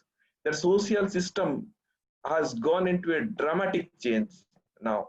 We are suspecting each other now. I am suspecting my neighbor. I'm not willing to talk to my neighbor. When we were talking about the social system where there will be a strong social cohesion, there will be a strong social bond, we will love each other, we'll live like one team, one group, one family. Now the family, not even the social system, the whole family is trying to get disintegrated. That is what is one of the greatest challenges now. How we'll come out of it? When we'll be able to come out of it? If it continues for next 1 year or so, this kind of challenges will be inbuilt in the minds of the individuals, and it will continue to be there because we are insisting for health and hygiene, hand wash, this, that, social distancing. We talk to have at least 7 feet distance. Don't unnecessarily go to your neighbor's house. All these parameters will ultimately end up making you more and more unsocial. So how to face such challenges? How to come out of all this? So it's not going to be resolved, sir. I don't know whether Murali sir helps. Murali sir agrees with me or not, but I feel this kind of suspicion will continue to be there, and there should be some kind of solutions to come to resolve these issues after the pandemic. This is one of the greatest challenges. Social scientists, development professionals. Mental health is going to be an important area, Deva. I agree with you. Absolutely, sir. Yes, yes. Absolutely, I agree with you. And healthcare will be one of the great challenges. So that is why everybody will be careful about their health, and ultimately they will end up the social distancing, and from the social cohesion, this will take a different dimension. So how to resolve these issues and challenges? Third thing, what comes to my mind is the shift from, all of you know, I'm not repeating these things, the reverse migration, etc. Shift from urbanization to ruralization. I give a new terminology to it. So they promised that they are not going to come back. Few of them are coming back because of the issues and challenges they're facing in the rural areas again. But resettling them in the rural areas, in their village, at their home, is one of the one of the greatest for the professionals. We need to look into these perspectives. Okay, if they have come back, they have a choice. They have a choice. They wanted to opt for it. They have come back. So let us help them in the resettlement in the rural areas. How to do that? This is one of the greatest questions, and we should not encourage them further to come back to the urban areas, because whatever is the consequence today we are facing is only because of the urbanization, only because of the menace of the urbanization. We are facing the consequences today. Urbans are concentrated, highly concentrated, densely populated today. So COVID obviously got into the urban areas, and now it is going to penetrate. It may penetrate into the rural areas. So we should not encourage. We must not encourage. So we have to look into the areas how we can get into the ruralization. One thing is coming to my mind here. Okay, work from home is one of the great concept which has come up and is helping a lot in terms of the employees, the employers. At the same time, Mother Earth also, many ways it is helping. So when work from home becomes one of the key norms, so why not we will be able to create such kind of opportunities for the people in the rural areas. We find now the many of the IT company, IT professionals, they have left the urban areas, have gone back to their villages, are comfortably working. They are very comfortable and comfortably working in their home. And why not we will encourage them to get settled there? What they need some basic amenities. What they need some good public schools available, good schools available in their vicinity. They need some great healthcare systems. They need some great transportation system. These are the basic things they need. So why only urban areas will have this kind of amenities? Why Apollo hospital will be there in the urban areas? Why not Apollo hospital will be there in the rural areas? Why not the best air conditioned buses will be available?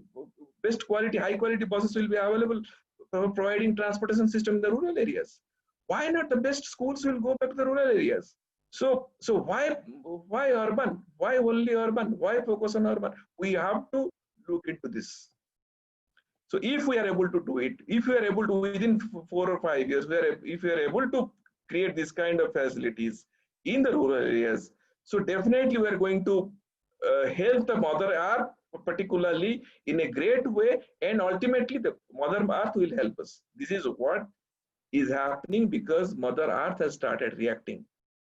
Because we exploited Mother Earth, we tortured Mother Earth for a long time, and obviously someone has to react. There is a level of tolerance for everyone. If I go on fighting with Ninis for 3 days, 5 days, 7 days, he may respect me for 5 days or 7 days as a teacher, but the 8th day, Ninis will start fighting back with me. That is what is happening with us when Mother Earth has started reacting to it, to the actions of us, because we thought we are the best, we're the strongest, we will rule, and we have been ruling for thousands of years. And at one point of time, the Mother Earth is reacting to it, and Mother Earth wants a balance.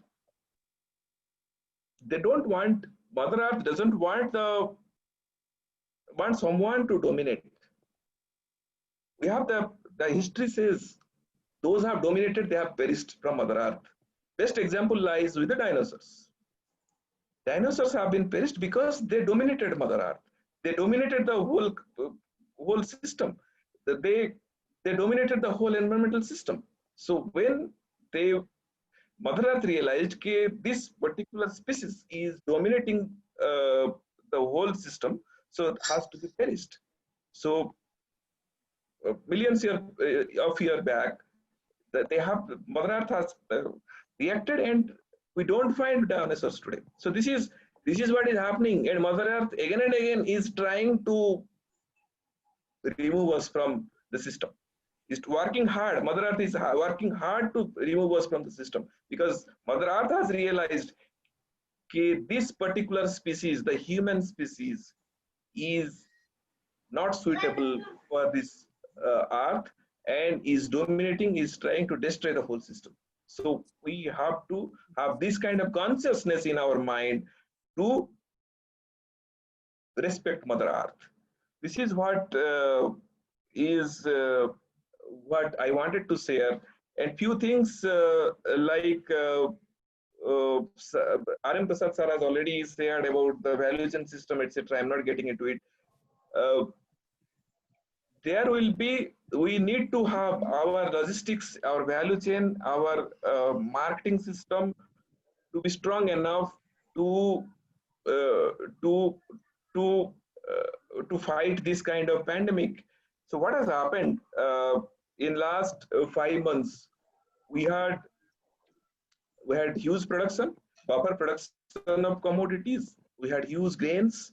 Sir will agree with me. Huge grains accumulated with the farmers.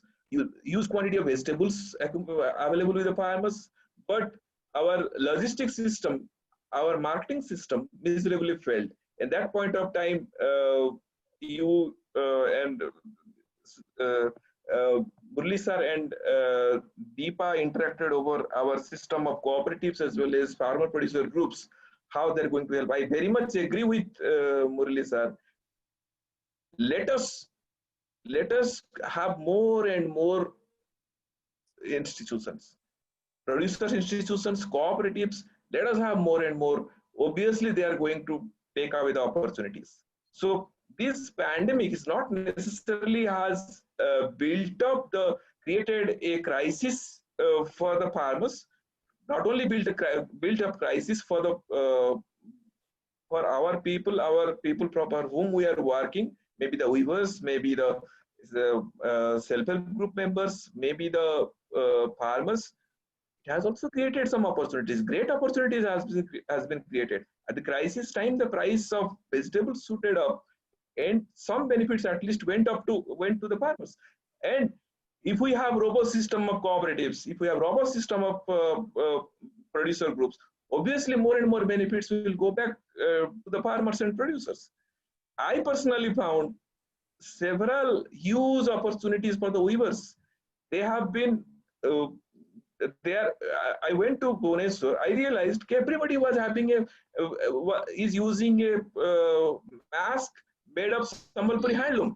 So it's a huge opportunity for the weavers. So everybody was using, not only the women, men folk were using the Sambalpuri handloom mask. So our self-help groups are benefited. Our SRLMs took the advantage of it.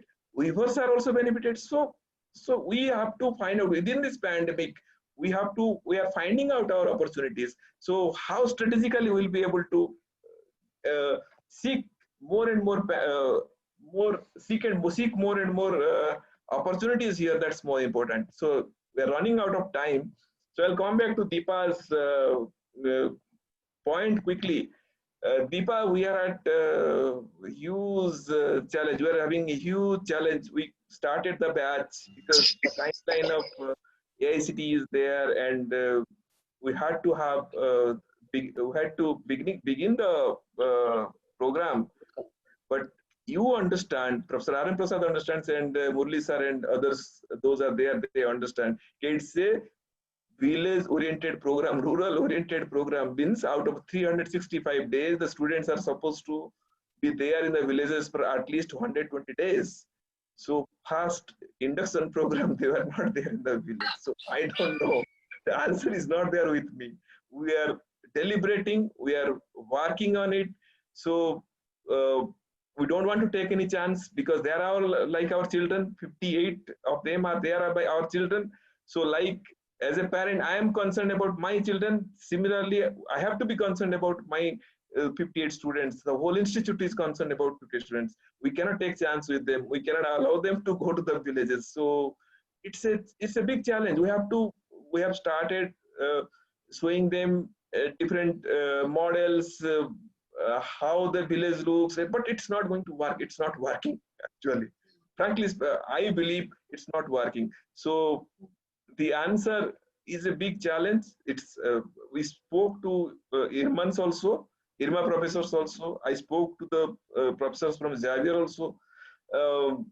Similar way, we are struggling how to make it a rural-oriented program. So pandemic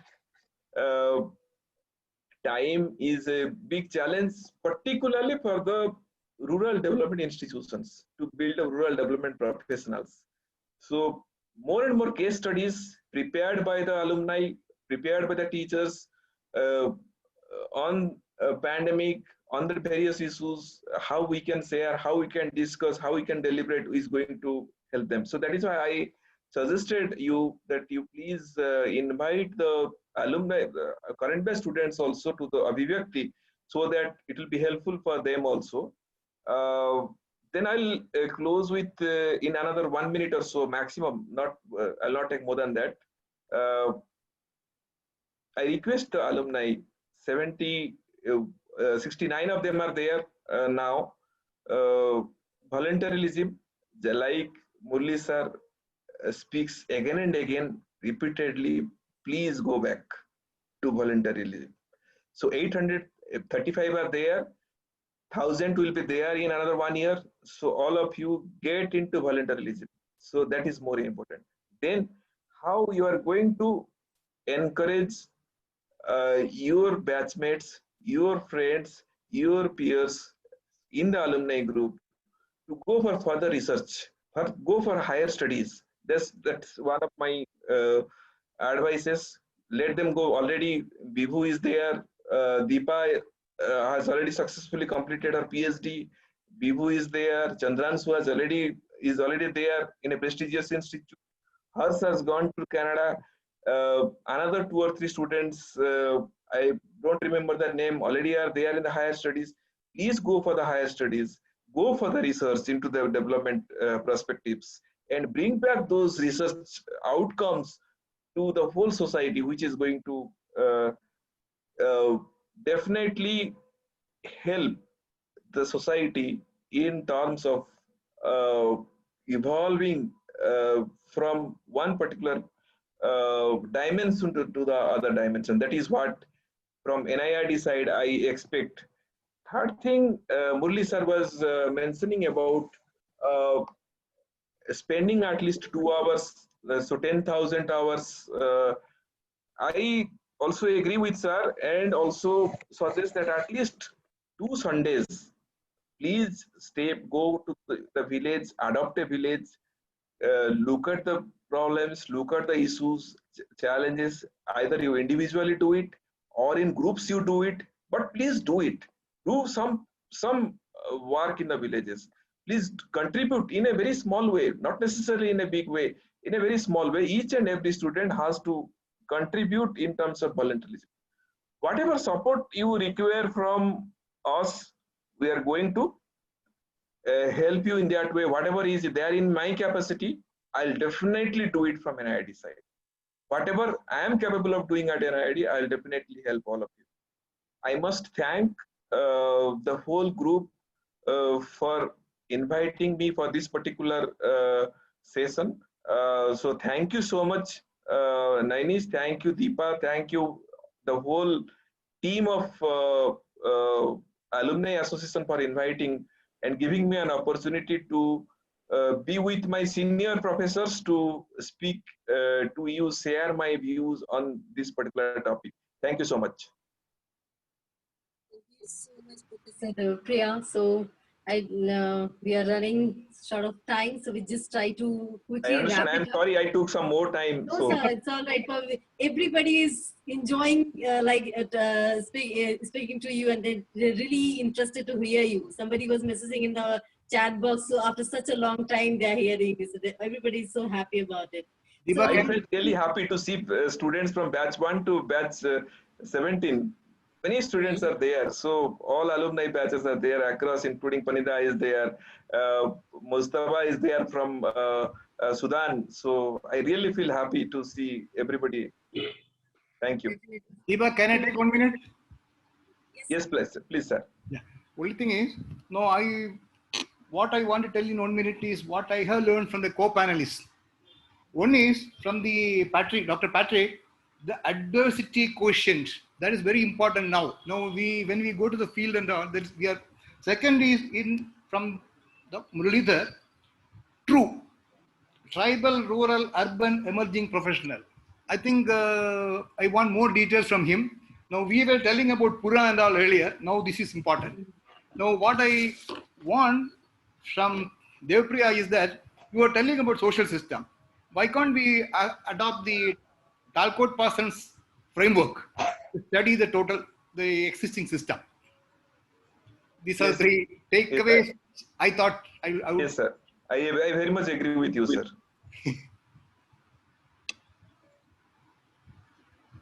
But one caution to Deepa also, time management, I am not happy. I apologize for that, sir. Maybe after so long time, people want to hear you guys, so I didn't want to disturb the speakers also, sir. I'm so really sorry about that. So, okay, I'll just take 1 minute. I'll only tell one thing, Deepa. Like, Devpriya sir used a word called dinosaurs. Now, what happens to seasoned teachers are we are all mycosaurus. When we get an opportunity to speak there, we can't control ourselves. And when sir has rightly said, when you see batches 1 to 17, the emotional levels are quite high. That is the reason probably we throw caution to the air when it comes to type part of it there. Getting so many private messages in the chat box also, so I just didn't want to disturb anybody. Okay, so let it be. So I just take 1 minute and wrap it up. We fast, stretch by 30 minutes, Deepa. Yeah, I can extend it. 15-20 minutes. Yeah, don't worry. Yeah, don't worry. We are doing that. We are doing that.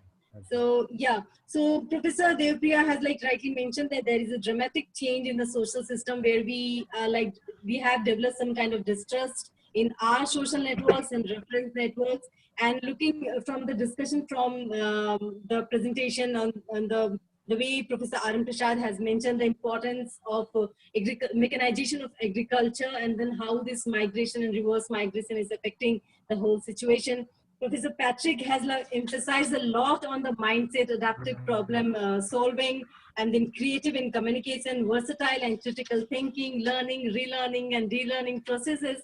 And where Professor Muli has emphasized on the lifestyle choices, so important to relook or reevaluate your lifestyle choices. Is it only the going natural or going herbal or organic is the solution, or do we also need some kind of a system at place? Maybe when we talk about the health system, it's so important when we are devastated to see that how the health workers and the people who are working the front line as emergency workers are facing so many serious issues. So these are also certain things when we need to relook what kind of things or focus we should give upon it.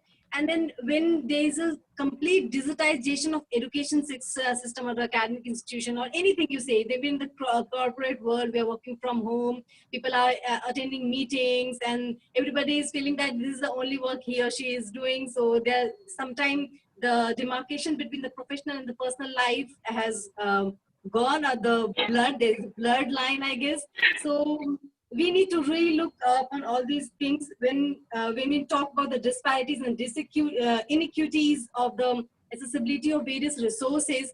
Then when Professor Devpriya has said, why not we should go for the institutes or the schools or the college in the rural areas, why only urban areas? Then there we have a lot of issues about the electricities and these networks, there's poor roads. So there are already so many things which is not at play. So there are still villages I have recently visited, and I got to know after 1987 they have no electricity. So they are still dependent on this generator system or charging equipments and all. So there is no electricity. So what kind of facility we want? So there is no roads, and they have to travel 6 kilometers by walk. So there are certain issues we are still struggling even after the when we see development, when we have like said that we are a developed nation. Are we really a developed nation when we see these kind of a situation here? So yes, definitely we need to see more of a systematic and holistic way. Thank you so much, professors, for such an insightful session and bringing so many important issues on the table. And I see there are a lot many questions in the chat box. So I'll request if somebody wants to ask directly to the professor, they can ask, but there are some questions which is already pasted here. So I just take important questions. Yeah, almost everything is important. I'll just ask. So, sir, can I take leave? I have some. Yeah, yes, sir. Yes, sir. Taking leave. Yeah. Time is over for me. I have. Okay. Okay. So, I think who are the people from the first batch? And Prasant Bhaumik is there. Then I see so many. Who are the people from the first batch? Nanish is there. One day was there. Is here. Guys, please respond. Please switch on your mic. Hello, Prasad sir. Abhinav Pandey is here, sir, from first batch. Okay. Bye. How are you doing? Fine. Nanish here from first batch. Fine. Okay. Sir, Jitendra also here. Sir, Jitendra. Jitendra is there. Fine. Bhaumik is Camera so that professor can see you and you can wave Hello, your hand. sir. I'm Chaitanya from batch 1. Where is it? Where is it? Okay. Chaitanya, sir. Yes. Okay. Pranam aapko. And Nanish is there. it was nice to hear you, sir. Yeah. Okay. Thank you very much. Thank you so much for joining, sir. Thank you so much, sir. Thank you, sir. Sir, I'll get back on the TRUE. Yeah. I want the details. Yeah. I'll connect to you. Sure. Okay. Thank you for joining. Murali sir, there are few questions beginning with Nainis. Can you please react? I think Nainis questions already answered by sir. Urban poverty, he's talking about urban poverty. Sir, can you please react to that, sir? Obviously there is, please, sir. Urban poverty, you know the answer. Everybody knows the answer. You want a reinforcement. Urban poverty has gone up. But another problem is that urban poverty is also causing rural poverty. The reverse. Rural poverty was causing urban poverty earlier. Urban poverty is causing rural poverty. Migration is happening. Deaths are happening. Remittances to rural areas is coming down. And as a result, rural poverty is also going up. So agriculture phenomenon of 3% is temporary. This year we had good rains. Now we don't know is it more real or not. And the 3 months is not good enough to indicate that agriculture has gone up, because distancing issues, mask issues, not having extension issues, inputs issues, they remain. Value chains are not lifted. So October, November, we'll know the truth of the effect of COVID in agriculture also. So urban poverty has gone up for sure, and rural poverty is going up. So together we are a large majority. 70% of India is considered poor now by our standards. I think, Murali sir, along with this MG Narega, you need also an employment guarantee scheme for the urban areas. Yes, there are people who are talking about that also. Yeah. Narega likes schemes for urban area. Yes. The second question, I think Nainis is asking me, social protection. That is an important issue. World is talking. All the developed countries, particularly Scandinavian countries, have 3 things to all the people. If that is there, then people worry about their livelihoods: education, health, and social security. If these 3 are there, that is a universal basic income or something, that is all there, then people worry about improving their lives and livelihoods. But these 3 are missing in our country in a big way. So this is going to be a big pressure on us. We need to work on this. Increasing demands are coming. NEP almost confirmed that they will confirm a GDP percentage, but they didn't. Even the Health for All didn't confirm GDP percentage. But there will be pressure on the country, pressure on the states to increase the percentage of money for the education, health, and universal basic income. But Telangana, Andhra, and Prime Minister's scheme of money to farmers already started doing it in a small way. But UBI is going to be there in our country. I don't think we will escape this. Like Narega, UBI is going to be our mainstay program. Percentages, of course, may not be adequate, but it will come. Yeah. I very much agree with Murli sir on this particular issue. We have to focus more and more upon all these three sectors rather than focusing on other sectors.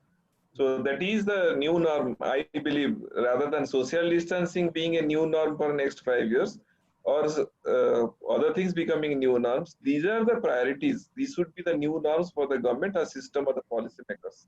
That's what I personally feel, and I very much agree with Murli sir on this issue. This question by Kunal, I think I want to understand. I don't know whether it's understood. Now, all the learned friends I have, Gandhians and leftist people also are saying more or less that herd immunity is setting in, whether we like it or not. All of us are going to be impacted whether we like it or not. We are not going to continue with this masking and social distance for a long time.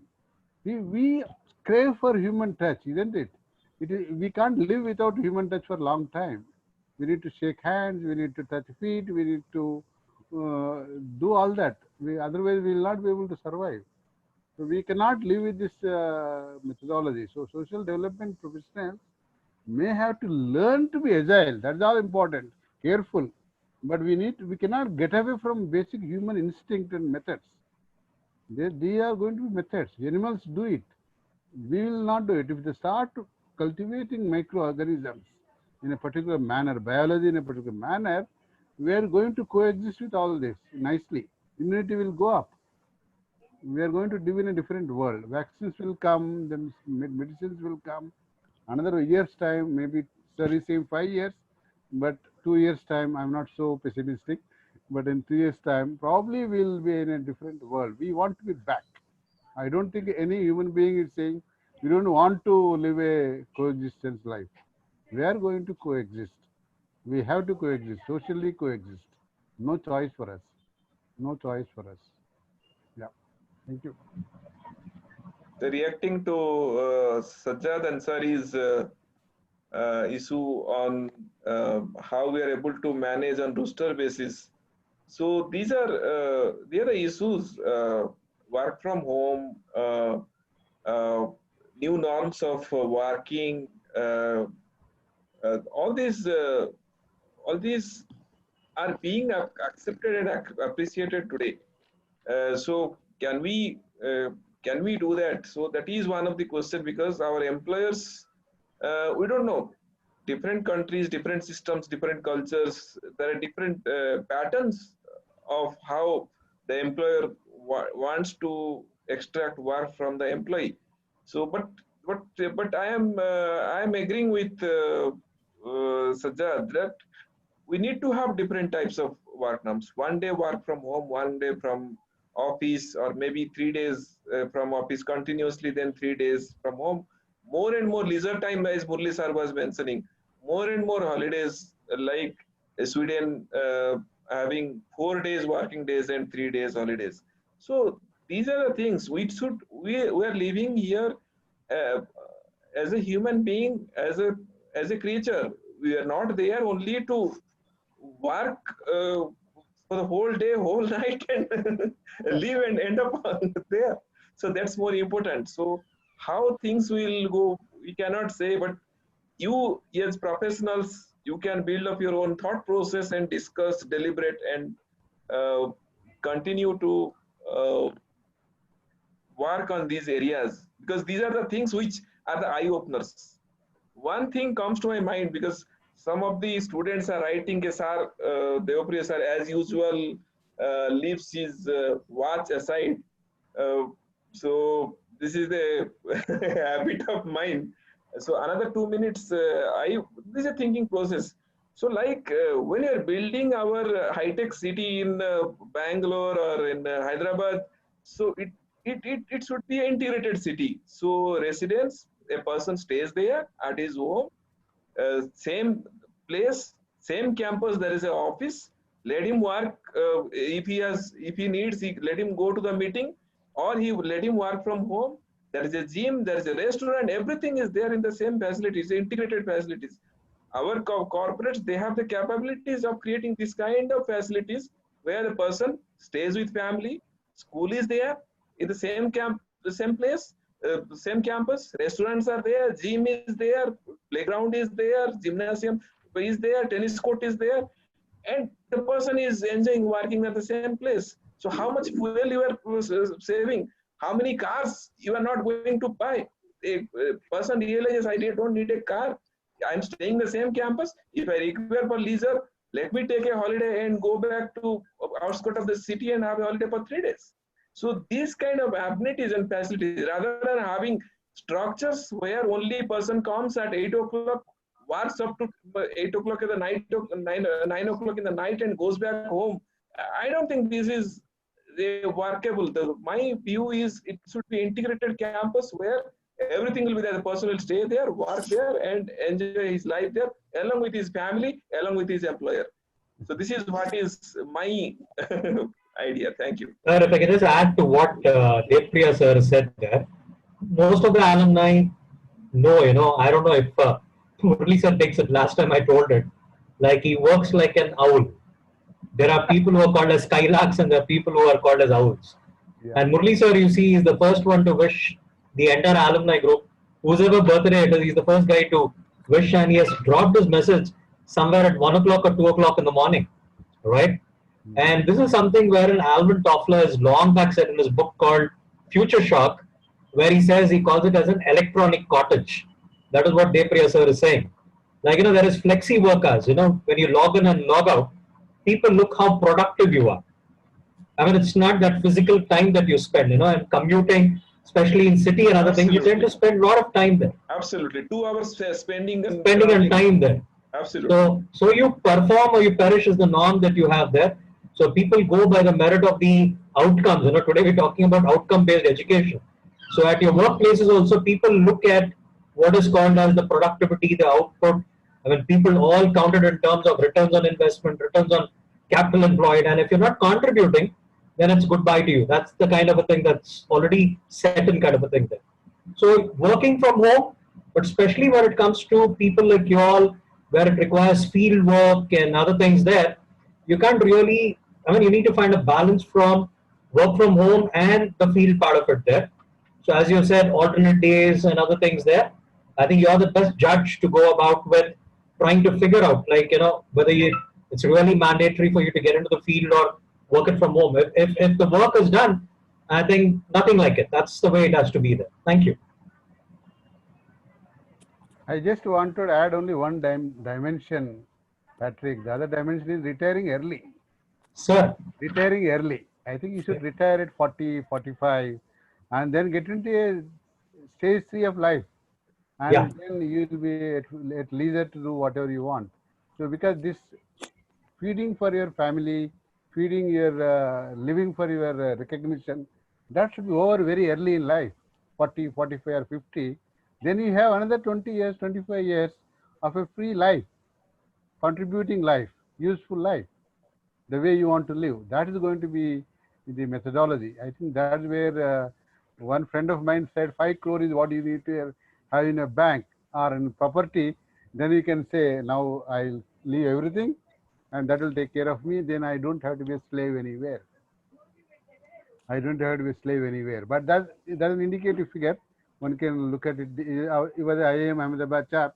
So he wanted 5 crores, but maybe we would like to be okay. I'll just add to sir. In the recent past, even sir has said he has gone places, by staying at home. Yeah. I think I used to go for conducting a lecture at Sant Gadge Baba University in Amravati in Maharashtra. Yeah. I know the struggle of traveling 16 hours by bus overnight, do my lecture, stay in the guest house, next day again take a bus and come back to Hyderabad. And this time around, let me tell you, staying at home, I did my 2 sessions. It's not the travel and lecture time of 2 hours there, but the issue is, the kind of body aches and other things that is there. It's all done away, staying at home. And I think I've done more webinars and classes and online kind of thing there. I've traveled places Just like how Sir has said, 800 different destinations he was able to cover during the pandemic, if people have heard him there. I think we have traveled different locations across, and we have not traveled. Let's look at the lady from Thailand, or let's look at the friend from Sudan. From the comfort of his house, he's able to get all the inputs from these senior teachers around them. So that's something which is amazing.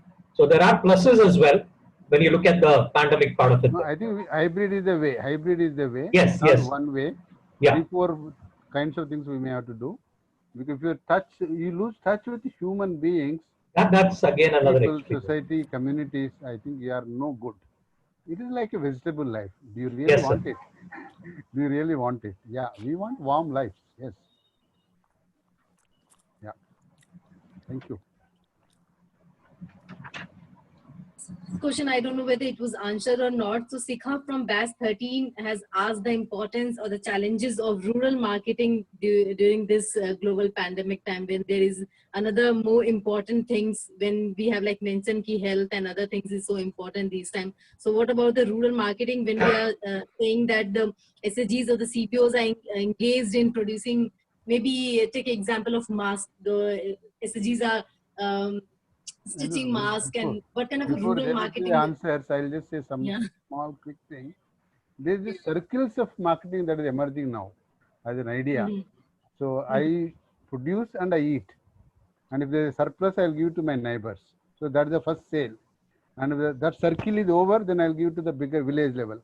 If that circle is over, I'll give to the cluster. Then like that. So then shorter value chains are going to become better methods. The community marketing kind of a logic will happen, but there will be few cases where branded value chains and long value chains may be there, but the problem will be there. But that's a great concept. That's a great concept, sir. It is a traditional concept. Yes. 50 years back, we are practicing that in our villages. Correct. So whatever surplus I have, I'll share it with my neighbor, and I'll get back something in exchange from my neighbor also. I was happy with that. This was the concept of the village. So we forgot, we went beyond that, and this is a great concept, sir. This is a great idea. Then Sikha's other things, I think I replied, answered. It has created great opportunities. Pandemic has created opportunities, at the same time created several challenges also. Like the whole logistics system failed, our value chain system miserably failed. So tons of perishable commodities like tomato and other vegetables were damaged. So these all happened. So these are all lessons, and we have to evolve the methods. In future, how we'll be well prepared to deal with this kind of disasters. Whenever there is not necessarily only pandemic like COVID is a disaster. There are floods, there are cyclones, there are many other things which dramatically fails our logistics system and the value chain system. So how to deal with that? So can we have some kind of preservation system like your small, I discuss every time in my classes, is in a small way, one refrigeration system in the village, like a cold store, small cold store in the cluster, a warehouse in the cluster, where we can safely preserve the commodities for some time by the time we are able to market. So these challenges, we need to look at it. It is all micro level, you have to look at it, how it is there in your level and how you are able to resolve these issues. It's mostly interaction with the experts, mostly interaction with the villagers, what they want, what are the solutions. So at macro level, sitting at Hyderabad, there cannot be any one single standard solutions. You need to have a micro level solutions at the field level. So that is what is my message to Sikha. So if I can add one thing to our sir here. Now what we have gone about is noticing is the package which the government has set aside for the revival is around 20 lakh crores or something of that kind. Now the statistics say that when you look at the retail market that you have in the rural areas, it is destroyed beyond 19 lakh crores. And in the urban areas, a little over 1.9 crores there. And they say that the revival will take for some organization for 6 months, for some it's going to be little beyond 1 year. And another extreme that is there is, the kind of thinking. Now, most of us are not bothered about luxury things and other things. We're looking for essentials. And a lot of money is already blocked in the finished goods there. And you'll have to find a way to convert that into cash. Then only you'll have the industrialization taking place, employment being created. I remember speaking with Vibhu informally once or twice there. I mean, I had to work it out on another platform. Now, the thing is, you'll have to manage what is called as the demand side and the supply side. Both the things have to be catered. If you have to drive us from this vicious kind of a thing there, unless and the stock gets converted. Well, that's what happened in the Great Depression, where you had stockpiles being created, people were thrown out of jobs, and again you had to find a way how you go about with creating employment, and you go about with getting money into their hands. So many have gone about with advising, like unless and until you give money into the hands of the people or put it in their pockets there, they start buying, the stock gets done away with, there's this working capital cycle happening, and you have new production cycles happening, new employment opportunities created. So as long as money is not being put in, I think it's going to be proving disastrous. And as Depriya sir has rightly said, today people are talking more about resilient supply chains there, right? You got to bounce back to normal. You would find shocks coming now and then there, but it should be inbuilt in the system that you go about with bearing the shock and you should come back. Just like if on a ball I apply pressure, it deforms. When I release the pressure, it comes back to normal. So we will face some more kind of shocks in this future, jolts, which is related with economy and other things there. But we got to go about with what Japan and other things are considered. Like, if you look at it, we have depended more on China for even simple pharma kind of things there. Now we have understood that over dependence on one typical supplier is going to go about creating havoc to us. So the thing is that resilient supply chains. So you had people from Amul and other companies also trying to tell that, it's not just the supply chain there. The channels also would undergo drastic changes, be it rural or be it urban kind of a thing. The very thought of the role that is being played by intermediaries that is there will undergo a drastic change. As sir has said, like at village level, having the cold storage. We are very good when it comes to the production part of it there. But when it comes, in the past, when it comes to meat consumption, we always would have asked for the fresh ones. But now I think it gets more acceptable when it is frozen food which comes in there. So you'll have to work out on that kind of things there. And there are people in rural areas who had come out with that mud or earthen kind of refrigerators and other things there. So that innovative things need to percolate further, wherein the FCI godowns are lot with food grains, but the ones which are richer are the rodents and the rats there. So if that can be worked out, I think we can go about with being more sustainable there. Yeah, so we do not have any further question, but I request, I can see there are some international participants also. If somebody wants to talk to the faculty directly, if they want to say hi or hello, or want to say share something, so we can give some 5 minutes for that. So anybody wants to interact or say something, please? Yeah. Hi, I'm from Thailand. Yeah. Hi. So glad to see all of my teacher that you are good, because I'm so sad that hear about epidemic in India. So glad to see all of you and my friend also. I want to share about in Thailand, we have also have like same physical pandemic. Yeah, and now the government try to improve our economic, and in the same time about the healthcare organization also want to save the people from the infection.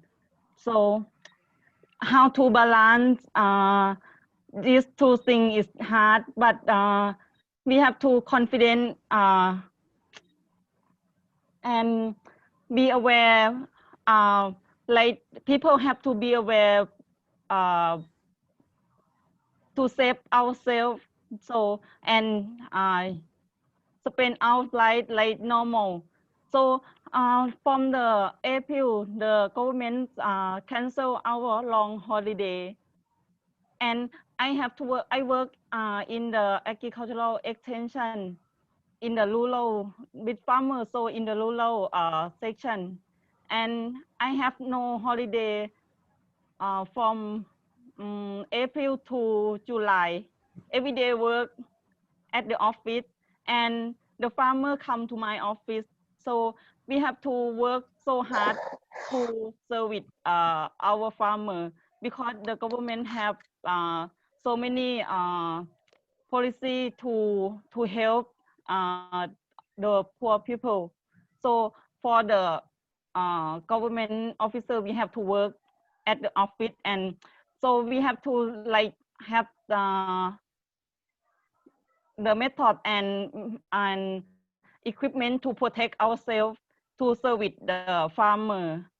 So, and today we have the long holiday that government, what to say, from the April that we have canceled the long holiday, and today we start that long holiday, and people go to travel. But, and also from the 100th day, we didn't found the infection in the country, but we just found the first one yesterday.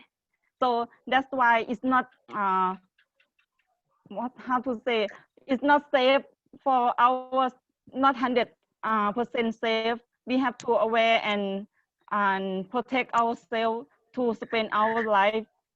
That's why we have to go, what to say, going, yeah. And I hope India also will be better soon. Thank you. Thank you for your good wishes, Farida. Sorry, sir, you were saying, yeah. I thanked her for the good wishes that she had for India. That is the place where she got her inputs in a course there. And she says India also. And in Southeast countries, if you look at, I mean, Vietnam, Thailand and everything, these are some of the things which are least affected by COVID. And I think she was trying to give her input. So nice of you, Paneda, to come back and speak to us that way. A quick question. Chaitanya from batch 1 wants to ask something. Chaitanya, over to you, please. Yeah, thank you, Deepa. Basically, I was listening to all my teachers. First of all, I'd like to thank all of them. Pranam, Sabiko, and it's an honor that on the Teachers Day I've been able to connect with all of you. Today, whatever I am is only because of Murli sir. He's my mentor, he's my everything, he's my God for me. Thank you for coming to my life. आप सभी को बहुत बहुत धन्यवाद. The question which I wanted to ask, basically, I'll get back to the question. Basically to Patrick sir and Murli sir. First question is, sir, we are not talking about the local economy, but this has been going on since long. Matlab, Gandhiji told about Gram Swaraj and everything. What went wrong in between?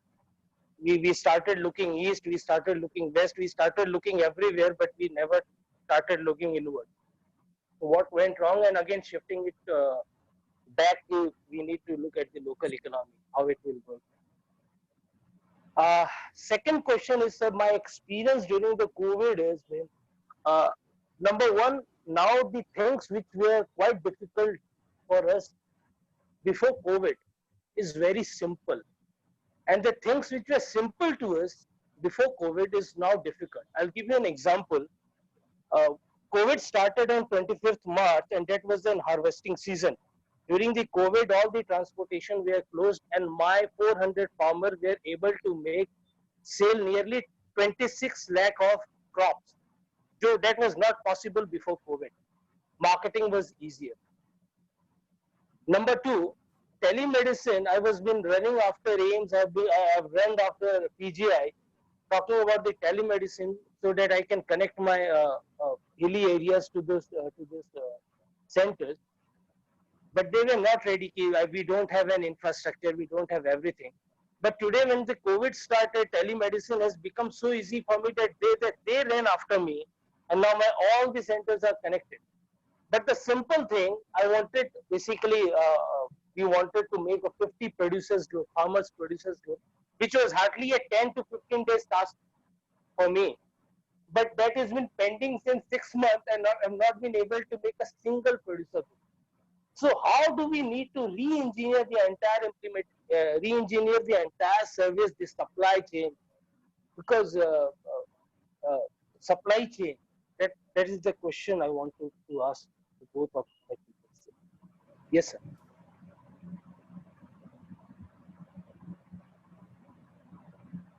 Murli sir? Patrick sir, you go ahead. Okay. So nice of you, Chaitanya, to ask about the local economy. I think I'll leave it to sir there. But when you said about supply chain and other things, what happens is, I want you to revisit a concept which is called as bullwhip effect. Now, what happens there is uncertainty that you have. So you go about with mismanaging your supplies, your customer demand, and other things there. And it is that learning that you go about with making. Now, this is something which is not a very regular kind of a thing there. Now, just look at it, an incident which had happened a little over 70, 80 years. We are trying to go about with seeing it here. So, I mean, the learnings that are there, it should make us more resilient and more watchful and more predictive. That is what I said, when I said about VUCA, and, you said about things are getting complicated. When you said about the farmers issue, the logistics, the transport, and other things there, probably you'll have to look at the new VUCA is what I would say there.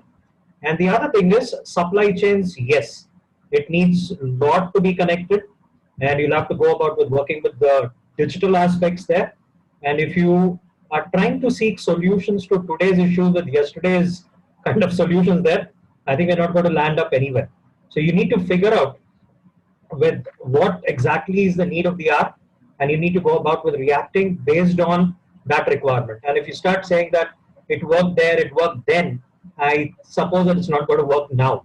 So you'll have to go about with shifting some concerted efforts, and that is what it is when I even said that I asked you or urged you or exhorted you, that's thinking, and that's what is needed a lot. You'll have to find out varied thinking methods to figure out what kind of solutions you find to the current problem.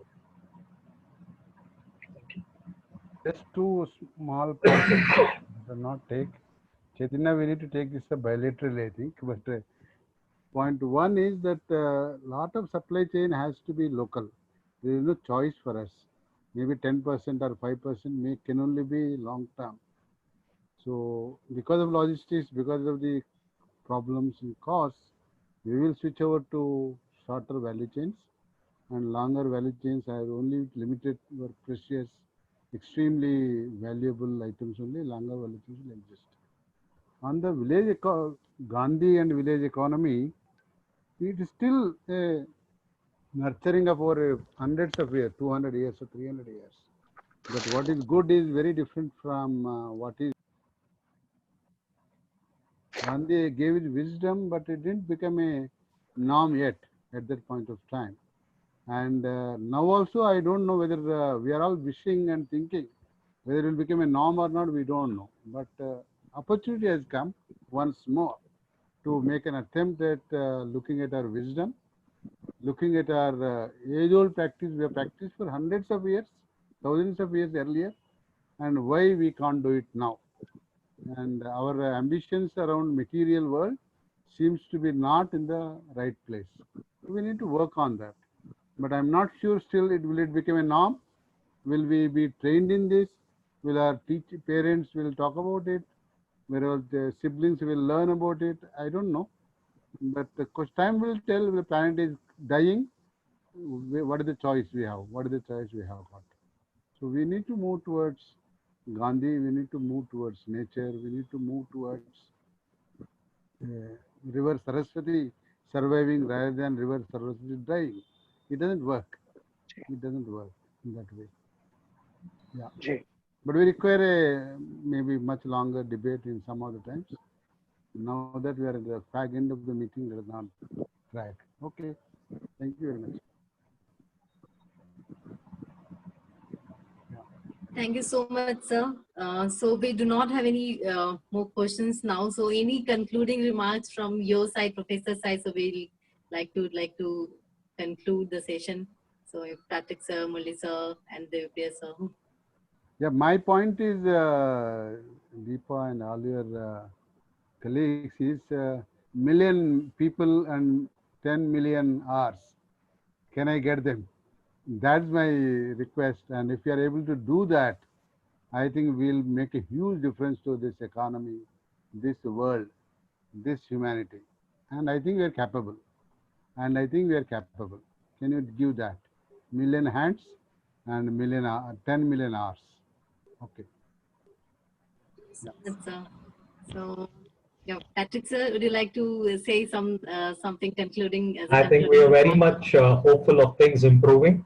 And if you don't have a hope, I think we got to add another four-lettered word beside it where we become hopeless or good for nothing. So we need to be hopeful, we need to be optimistic, and we need to have some realistic efforts which are coming. And we are not like the movie stars, where we go about with making some drastic changes around. We always love that analogy of that starfish, where a person goes about picking one and dropping into the water there and says, how many are you going to drop? He said, I can't make a difference in the lives of all these starfish, but surely I can make a difference in that single starfish that I'm putting into the water there. So the thing is, at times when we talk on such kind of issues also, people call us as mad people, MAD. But we always tell it that it has got a different connotation where we are trying to make a difference in somebody's life. And that is the biggest challenge that you have ahead of you. Thank you. Priya, everybody wants to listen something from your side. So taking a cue from Murli sir and Dr. Patrick's views, hope. Murli sir, every past class begins with hope. So let us continue with the positivity. So with this positivity, if we are able to learn some lessons from this particular pandemic, and we have 838 development workers, 835 development workers.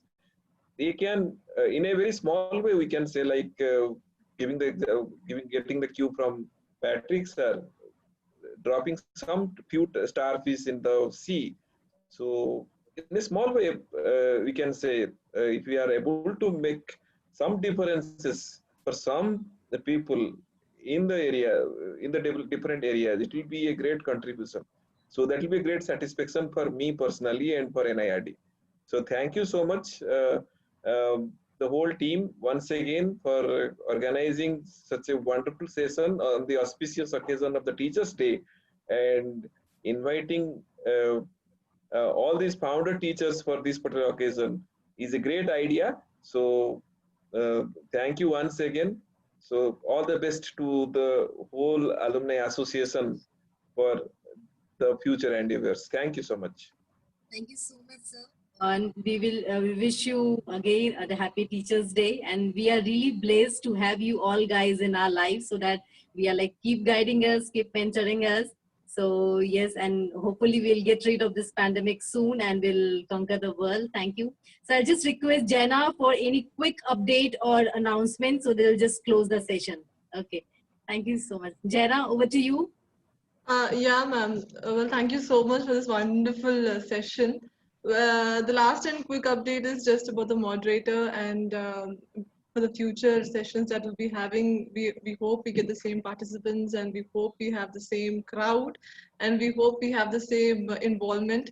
I'll just share the email ID of Abhivyakti, so that if you have any ideas, or if you want to be part of the webinar sessions, or if you want to contribute in any way, please mail it to us, and we are so much welcome, and we want more ideas to keep jotting down here.